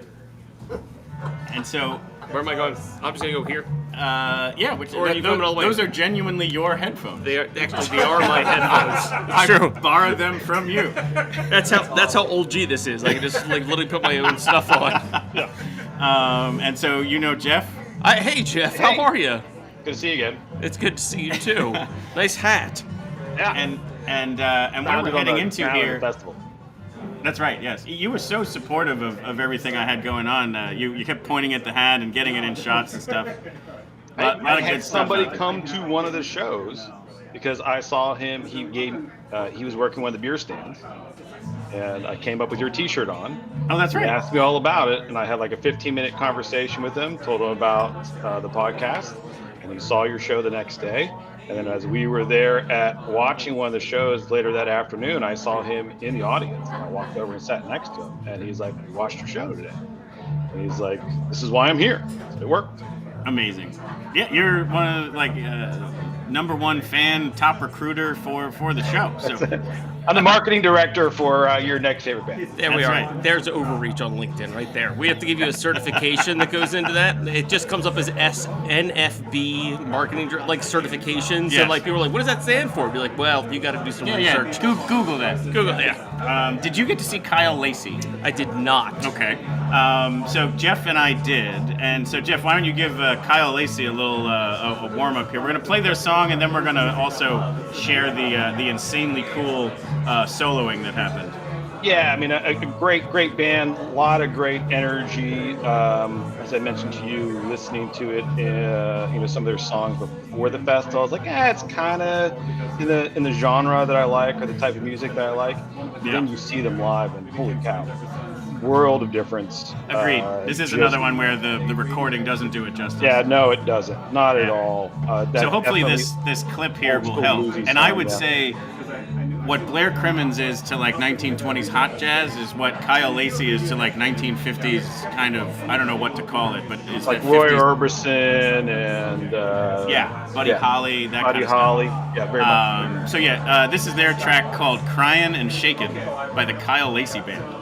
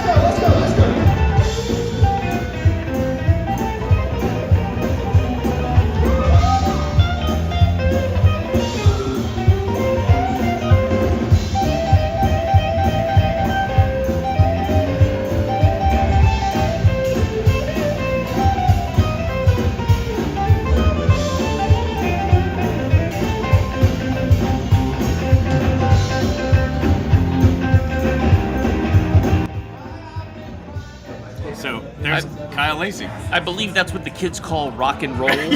Like, I mean, you asked what kind of music that is. I believe that's what the kids are calling it. True, right? It's like another category for it would be what is played at the end of Back to the Future. Right. I mean, not that far off. Yeah. This is your brother Daryl. Listen to this. Yeah.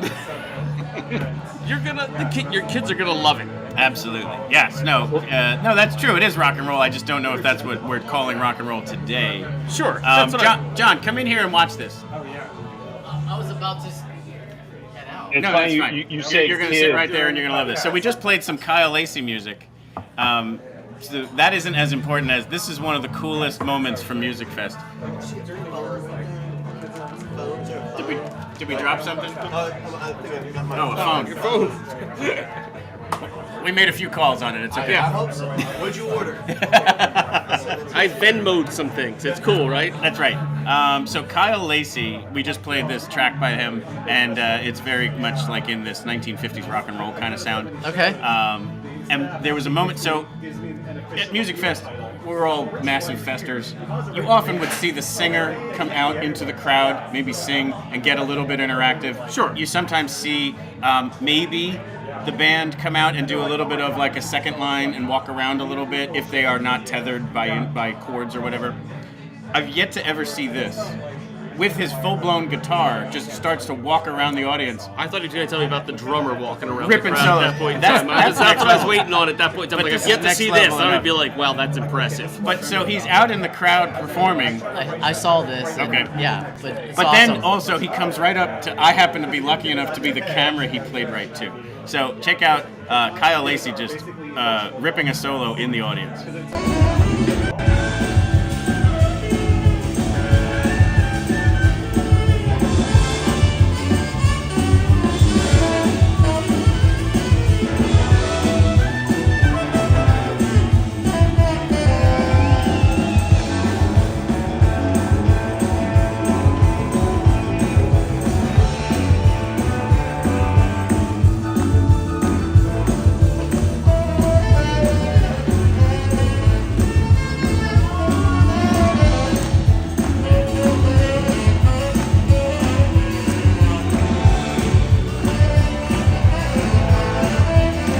There's me.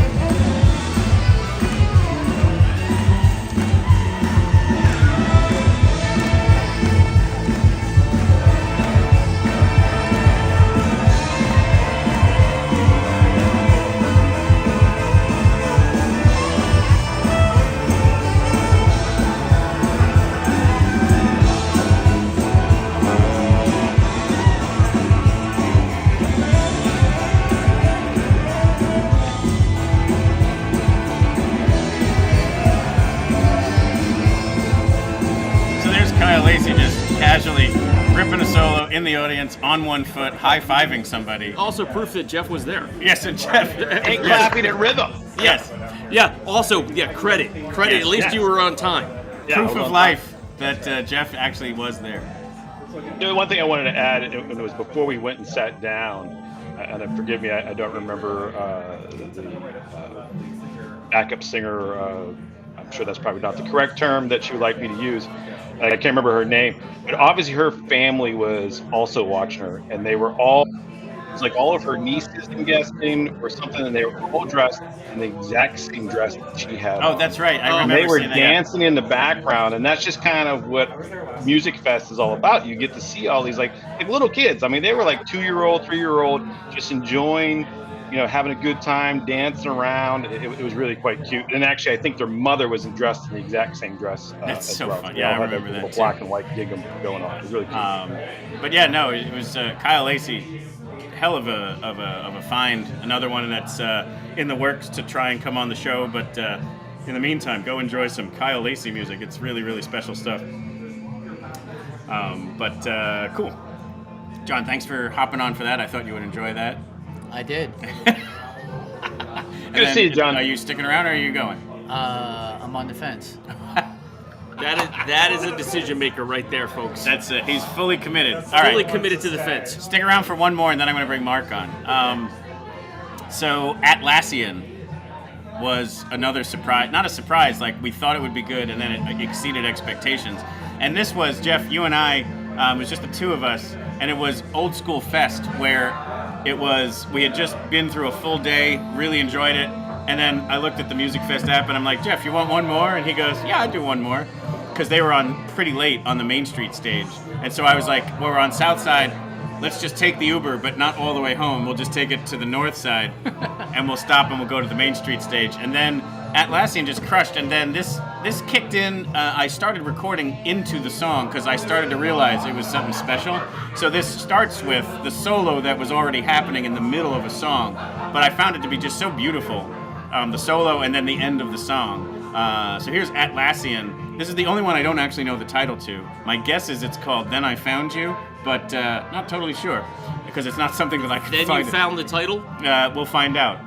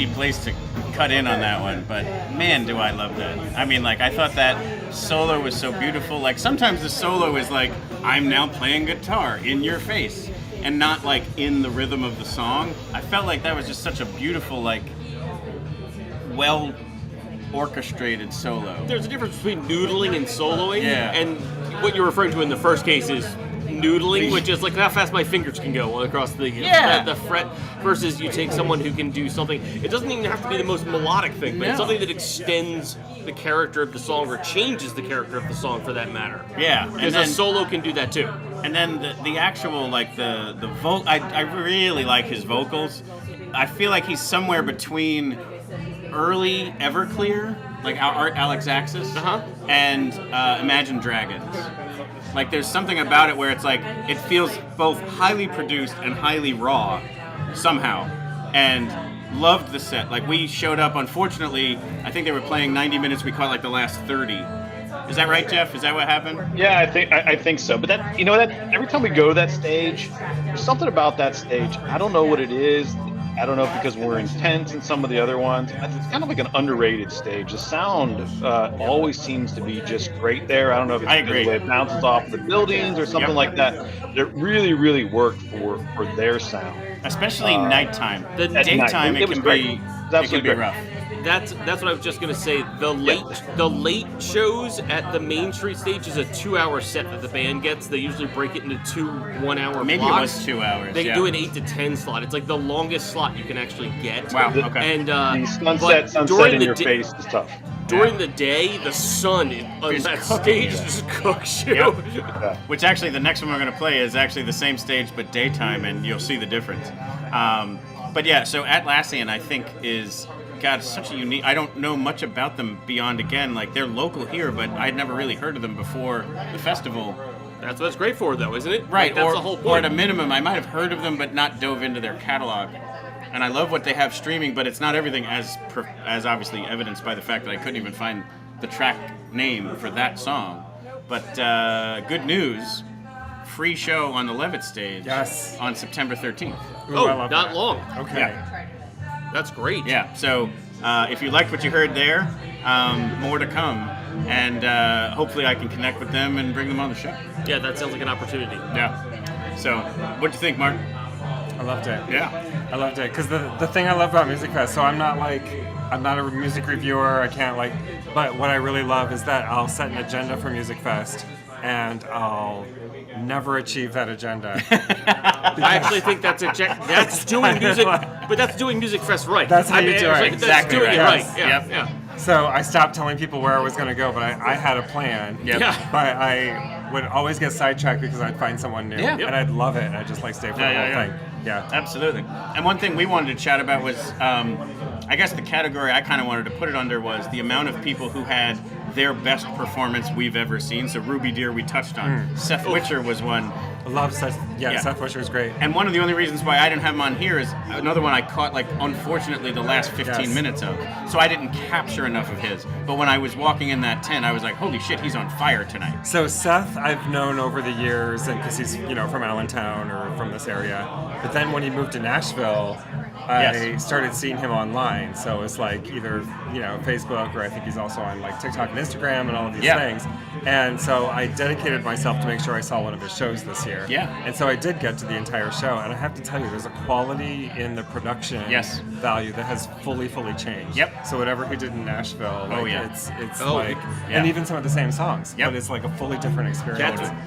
That's access to music professionals that are raising it's sort of that tide lifts all ships kind of thing. You know, that's great. I'm happy to hear that for him. Yeah, he was great. He's Another one, so enjoyable. So Another one talented. who probably, So talented. Absolutely. Another one who probably had their best one. Also, side note, super nice. Yes. Yeah. I mean, one of the most grateful people I've ever met. Yeah. But I need to say, Yeah. so we saw Seth Witcher, and then Seth Witcher was followed by Drew and the Blue, and that's how I was introduced to Drew and the Blue. Oh wow. Yeah. Wow. Yeah, and then they blew our minds away. Yeah. My partner So that's the and I. first time you saw them? That was. Wow. Yeah. Drew and the Blue are amazing. They're actually up in 2. Yep. So we'll get to them in a second. But the other one I was going to mention that probably had their best Musikfest set ever was Pepper Wine. Oh, they played a great. You saw a different set than I did. I saw the 4 o'clock one. Right, so I saw the earlier in the day one, and they played great for that too. Yep. They have a new drummer. Yes. Like to me, new to me. Yes. If you're in the Pepperwine Heads, I don't know what their fans are. Pepperheads, I don't know what their fans are called. Peppercorns. Pepperwine Nation. Yeah. Hotheads, I like that. So they have a new drummer who I think has a really great sort of groove that sits in the back of what they do. He gets the R&B factor that is in part of their music. Agreed. And they sounded great because I literally walked through the tent at 1 o'clock and was like, oh cool, I'll stop in and catch a couple songs. Haven't seen Pepperwine in a while, and I was like, ah! And I sat there for like whatever the rest of the set was at that point in time. 100%. Yeah, they were perfect, and they had brand new music that I hadn't seen yet before, and it was like, whoa, that's like. And I don't mean to take a step back. You mentioned Ruby Deer. That set was fantastic. Yes. I just want to tack onto that, like to like support that I love because it. that set was fantastic. It for was. sure. It was literally just so. It was again the magic that you're hoping for when you really go after some of this stuff. I just wanted to emphasize that. I didn't want to like derail what you had. I know you. No, you're good. You got. I hope they come to Levitt because now I need to see Ruby Deer for next year. You've got a spreadsheet. Like I understand that. Like that. Totally. I'm like this. I'm gonna step all over that. Yeah. Well, I mean, like I'll just show you right here. Like this was everything that I was trying to get at. There it all is. Oh. Color coded and everything. Anyway, I'll share it with you if you'd like. DM me. But Zoe Lemon. Did you get to see Zoe? I did. I was sitting next to you for That's that, right. and we sat there. This is an example of where I was discussing how the sun will beat you. Correct. On that stage. So Zoe Lemon was on the show recently, and I find her to be one of the most interesting songwriters because most people will write on a piano or a guitar. She writes on a violin, which just naturally will yield completely different music. But still yet not trying to write chamber music, trying to write Fundamentally pop accessible, like Correct. modern based melody, music, not contemporary classical. Correct. So here is Kurt Vonnegut Would Love You by Zoe Lemon. Life didn't quit me. Named your dog after Deftones. I just don't understand. This land is your land. This land is smiling too. When we're sleeping in my minivan, does not seem true. Free range, infinite stranger, peering out through the door. So wide, look out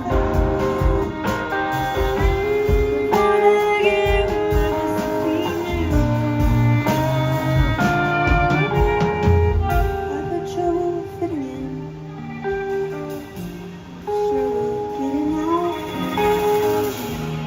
That I saw reflections inside. You listen to punk rock, but I like indie pop. Every time we're driving, you pass me the free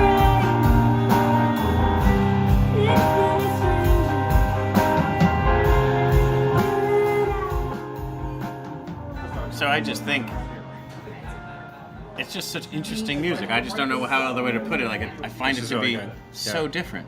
Yeah, her voice is great. She actually reminds me, so I'm going to get way down the indie music hole on this one, of Lauren Mann. So look her up. She's fantastic. Yeah. So she's a Canadian artist. She reminds me a lot of her vocally, not sonically. Lauren is a guitarist, not a violinist. The only thing she's missing there is a bass player. I only say that as a defense. As a bass player. As a bass player, defense of all of us. So requirement, isn't it? yeah, that's why we're still mad at the Doors. So it's so they were on the studio recordings, right? So they had bass player on the studio recordings, but Those bastards. son of a bitch. But I just find another Philly artist. The nice part here is she is so comfortable adding the violin at different moments. Like, she can sing and just be like just do it without even thinking. Singing and playing an acoustic instrument at the same time is extraordinarily difficult because you have to listen to 2 tones at the same time. Yeah. What you're fingering on fundamentally a fretboard, which would be my guitarist falling back, but the fingerboard on the violin has no, you're listening for the tone. There's Correct. no like a bass, right, or a fretless bass, but right, and she's singing. Yes, that's insane. That's a challenge. That is a giant challenge, and the fact that she could just do it without it. So she's been playing since she was super young, taught by the wife of the keyboardist from Dr. Dog, which I think is just kind of cool Philadelphia trivia. It's super Philadelphia. Yeah, super Philly. Like it comes with a cheesesteak. Like it's that Philadelphia kind of thing. Yes, true. Yes, a cheesesteak and a tasty cake. But Jeff, so did you stick around for this one, or was this when you were going to see Cast in Bronze? I stuck around for this one. We were bouncing back and forth. I can't remember who was playing at the Sun In stage at that time, but we were going back and forth between the two. Oh, interesting. At that time. Was that? Again, that's the beauty of Fest is... Yeah, they were really, really close. Yeah, as soon as you're comfortable with the layout, you'd start to split up and you're like, either meet me here or I'll meet you there, and it all works out. You could see how hot that stage was. Your phone was having trouble focusing because it gave me that alert, like coming up. It's about to catch on fire. And she's in the sun singing that the whole time. The whole time. Yes, like we were earlier. I didn't realize I was going to need sunscreen for this episode, but that is so lemon. So this is interesting. So 10 years ago, there was a walk-around. So in addition to the stages, there are walk-around performers. Some of them are like jugglers or acrobats or whatever. Street musicians, stuff like that, yeah. So even beyond the stages, there's Musikfest-ish happening. So this year they brought back from 10 years ago Saurus. Yes. Which were, I'll just show you right here. It was these, what looked to be basically what walked out of a museum, like a museum of natural history. I always think of it like something from the Dark Crystal. Yes, it's very Dark Crystal. Yes, very much so. But super amazing. So in essence, what it is a stilt walker with this incredible outfit. It's like a costuming apparatus that has all of these sort of like mechanical extensions that look sort of vulture or dinosaur-esque on them. Yes. That are beautiful and a little intimidating in a way that's exciting. Like it's Did you see when they tried to eat the band on the Main Street stage? So that's what I'm about to bring up. You're going to show that? So you were there that day? In the middle of Zoe Lemon's set. They went and tried to eat on her. That stage. I was there watching that set. And then they tried to eat the guitar. And then the leader of the whole thing celebrated. Yes, a birthday. When they destroyed the band. Yes. Well, I mean, isn't that her purpose? But someone's birthday was at the same time. I suppose. I mean, you celebrate by eating the band. I believe that's correct celebration of a birthday. Correct. Is when you eat Saurus the band. tried to eat Zoe Lemon. Right. I mean, that's how my Chuck E. Cheese experiences went. Did you get to eat the band? Wait, No, if I have a different that's Five story? Nights at Freddy's. I think the band eats you. Oh, right. Chuck E. Sorry, Cheese. I confused those two things. Anyway, Saurus, incredible. Such a fun thing. And then when they started to F with the musicians was just next level. Epic. That's why you want them there, though. That's part of the experience. Yes. Like, they're embedded in everything But that's this is happening. classic Musikfest because I love that band and I didn't realize it was Zoe Lemon. And now I know. And I will forever remember. But you were more into Saurus at the time. No, I was listening to the band, but then, they appeared. And They decided to... Well, I think that's incredible. It's also a great marketing trick of making you remember it. But Yes. the band that got eaten by the dinosaurs. That is straight up Gwar territory really as far true. as I'm concerned. That's exactly what I was thinking. Yes, very much in that category. All right, so now Drew in the Blue. Yes. So you that's where we actually met up. And so not started to that I would put them in this category, but so my partner and I really enjoyed all of the 11 o'clock shows at the Highmark. Yeah, that's 11 p.m. p.m. Yeah, because 11 a.m. is a different show. No, which actually doesn't even happen, but that's what I'm getting at. No, 11 a.m. is a very different. Very show. disappointed in That's 11 when a.m. the high schools come in. And Yes, they do it. right. And although a quick shout out, the Lehigh Valley Charter Arts, yes, Latin Jazz Ensemble. They were so good. Yep. They could have done a 7 p.m. show. Even the They School were of Rock so show good. is incredible too. Oh no, they're good too. Yes. Yeah. Like I'm did- just and saying, they like did Martin don't guitar. sleep on those Yeah. schools. Yeah. I They're am absolutely my niece fantastic. performed at one of the vocal things. I'm always a supporter of these 100%. local schools or programs that have their performances. It's great for the students to get in front of them, and you actually realize how talented they're good. How Very good. you realize how Very, very talented these people are. So it's always great. Yeah, my daughter sang a solo, so I was like, wow, I have a family member on Musikfest. Yeah, That's awesome. My niece is like her 4th year performing, so it's great. You know. So what I wanted to say about Drew and the Blue was that they didn't do the 11 p.m. shows at Highmark, but what they did was they had that feel. Oh, they totally to did. it. Oh. Even though it was like, I don't know what time they were Well, I playing. think it was 3. I think it was 3 was o'clock 3 on a o'clock? Sunday. It was metal. Yep. It was engaging. Yep. And I felt like it was 11 o'clock after Musikfest Yes. closed. No, you're And right. They were so fantastic. You do want to bathe in Yes. Drew and the Blue. We actually had them on our No Planet B Jamboree. They were on our lineup this last year. We love them so much. They're such great people, and then also There was incredible music. An interview you did as well. with Yes. them. Yeah. So catch both those episodes. Yes. Yeah, so here is, and then this is their song. Apparently, this is the first song they ever wrote. It's called "I'm Broke." Okay. So, Oh, I heard they played that one. Yes, Yeah. "I'm Broke" Okay. by Drew and the Blue. Good friends, feel tall, standing something out here. Yay or nay? This one's for him, wherever he's at. This one's called I'm Broke.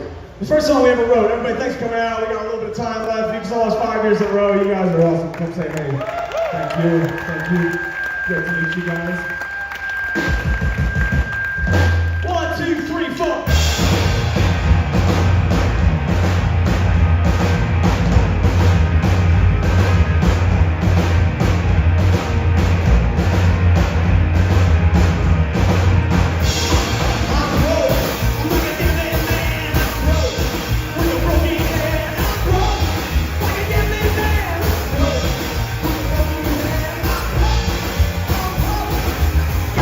Friends and I got no hope. I'm like a red line, I'm broke. I'm like a mortgage sign, I'm broke. I'm like a red line, I'm broke. Like a mortgage sign, I'm broke. Can't even afford a croak.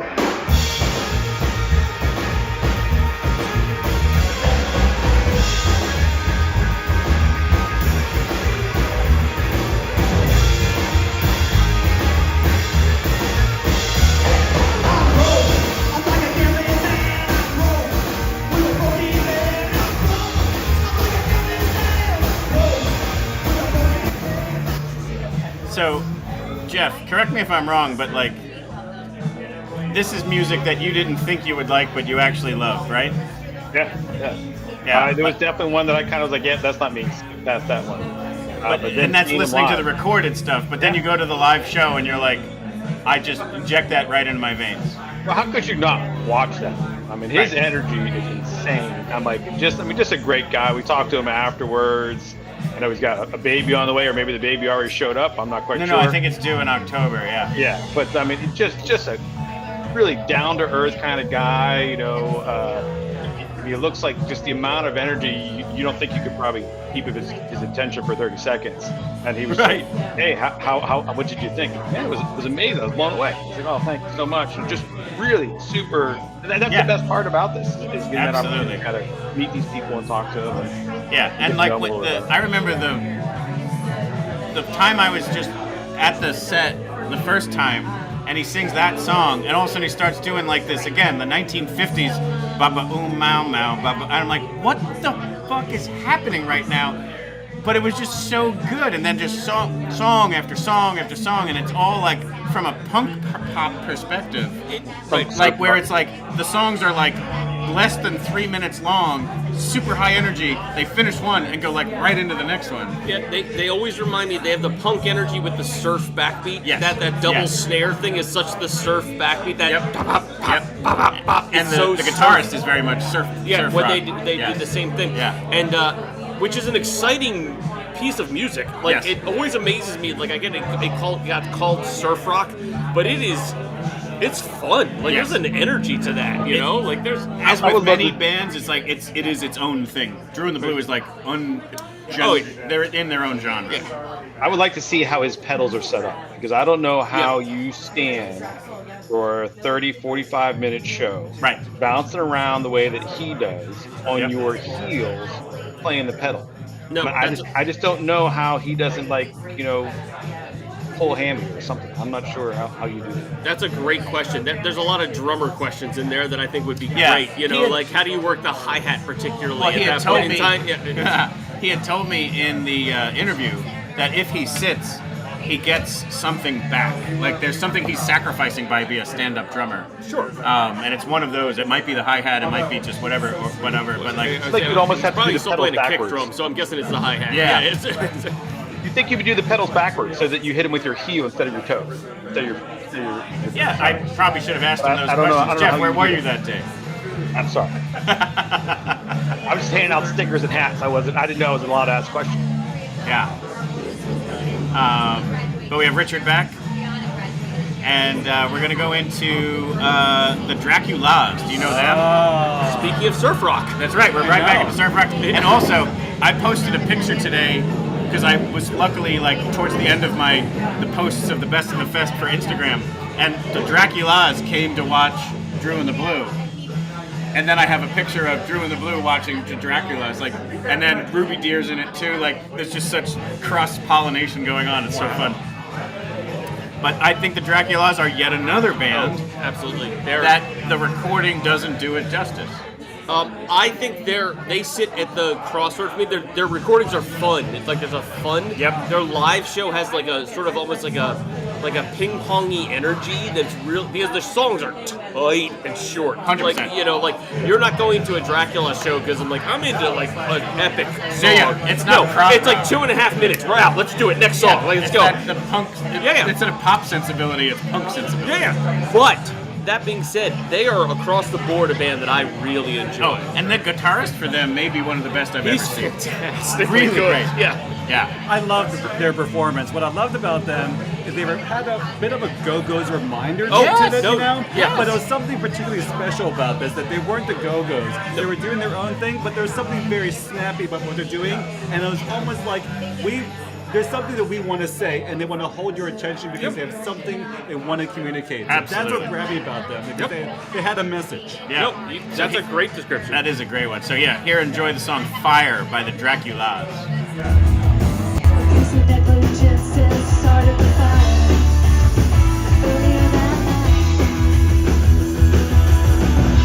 Cherry in the dark. Couple local boys on a mission to get high at the local mine. It was an accident. Tried to put it out, but the flames grew higher. It was an accident. Tried to put it out, but the flames grew higher.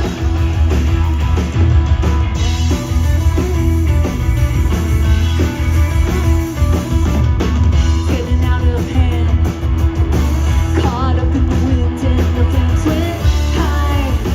Fire flashing in their eyes, running hard through the dark, lungs burning through their hearts, and they got away.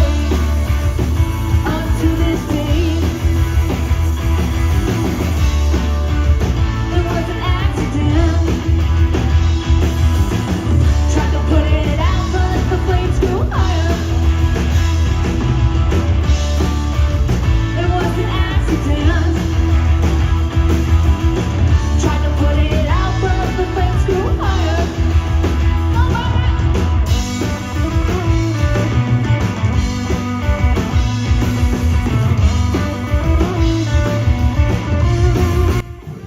I mean, that's awesome. So I saw a different set. So they played twice. This is one of the fun things about Musikfest. Right. Is a lot of artists sometimes will play two different shows. They played the day before that in a different venue. They played in the Zinzenplatz, which is where I saw them. So that's a completely tented venue. Yeah. It was great in there because Yeah. like the whole thing vibrated. Yeah. And it was, and not just because they were loud, but there was an energy that like really translated in there. The Levitt stage where they're playing in this video footage is great. Like, I mean, it's a great space. That being said, when inside that space, It felt like you were sort of like in some sort of outdoor club. Like it was great. You had them on during the live stream, you should if you want to catch up a little bit on the notes about them, you should check that out. But we did already been chatting with them about having them on for a full one. I'm kind of hoping so Drew and the Blue came on last Halloween.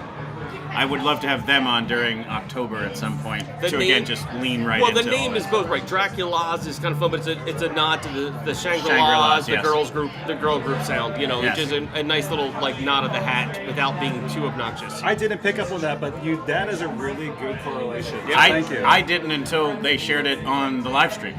Like they started. Did they actually mention that? They did. I didn't catch the whole thing when you were online. Yep. They confirmed some of us have day jobs. I have a day job too. I had a day job. Oh, wow. That's the best answer. That's awesome.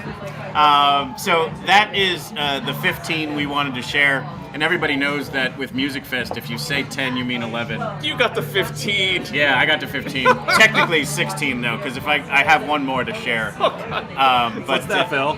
What's that? What do you got to share with us? The Black Keys. Oh. Have you heard of them? Yes. So that's why I just figured we'd close with this. It closed out the festival. It was incredible. Richard, you were there.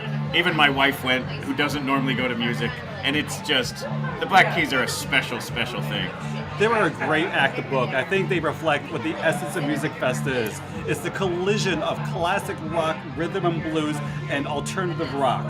And I think it embodies the essence of the festival, that it is original music played superbly well on a night that was magical. Yep. So it was a great show. And born with two dudes in a basement. Like, it was no different than Slingshot Dakota. Like, it's basically that, but yet found its way to where it is today.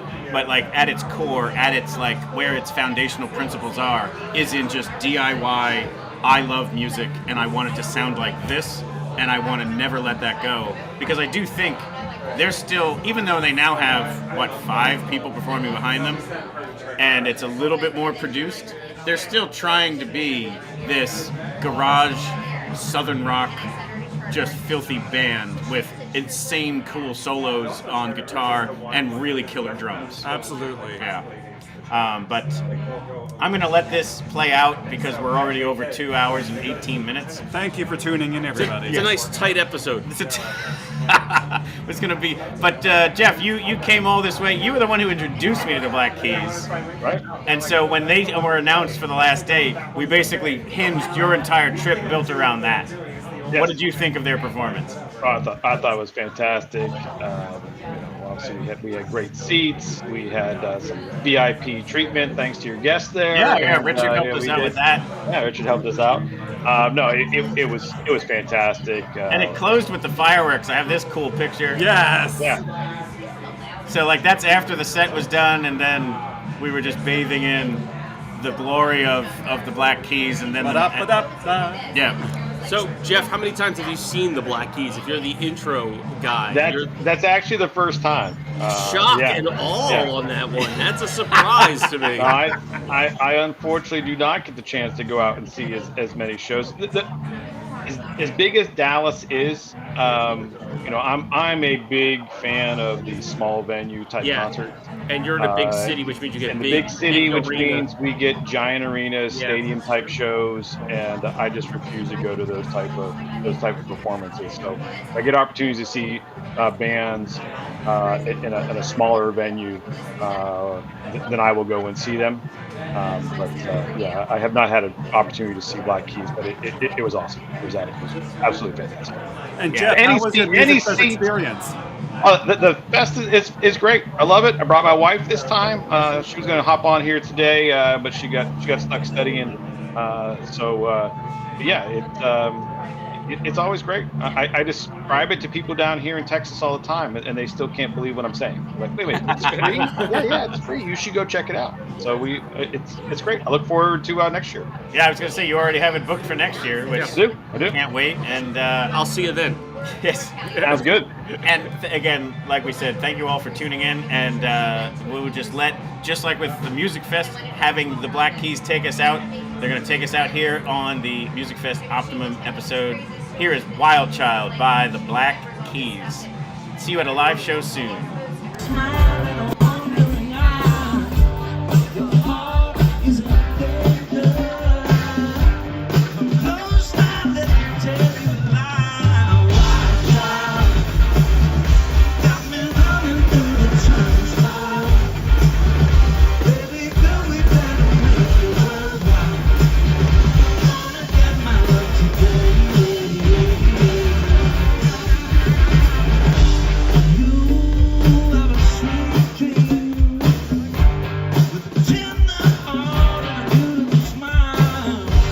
That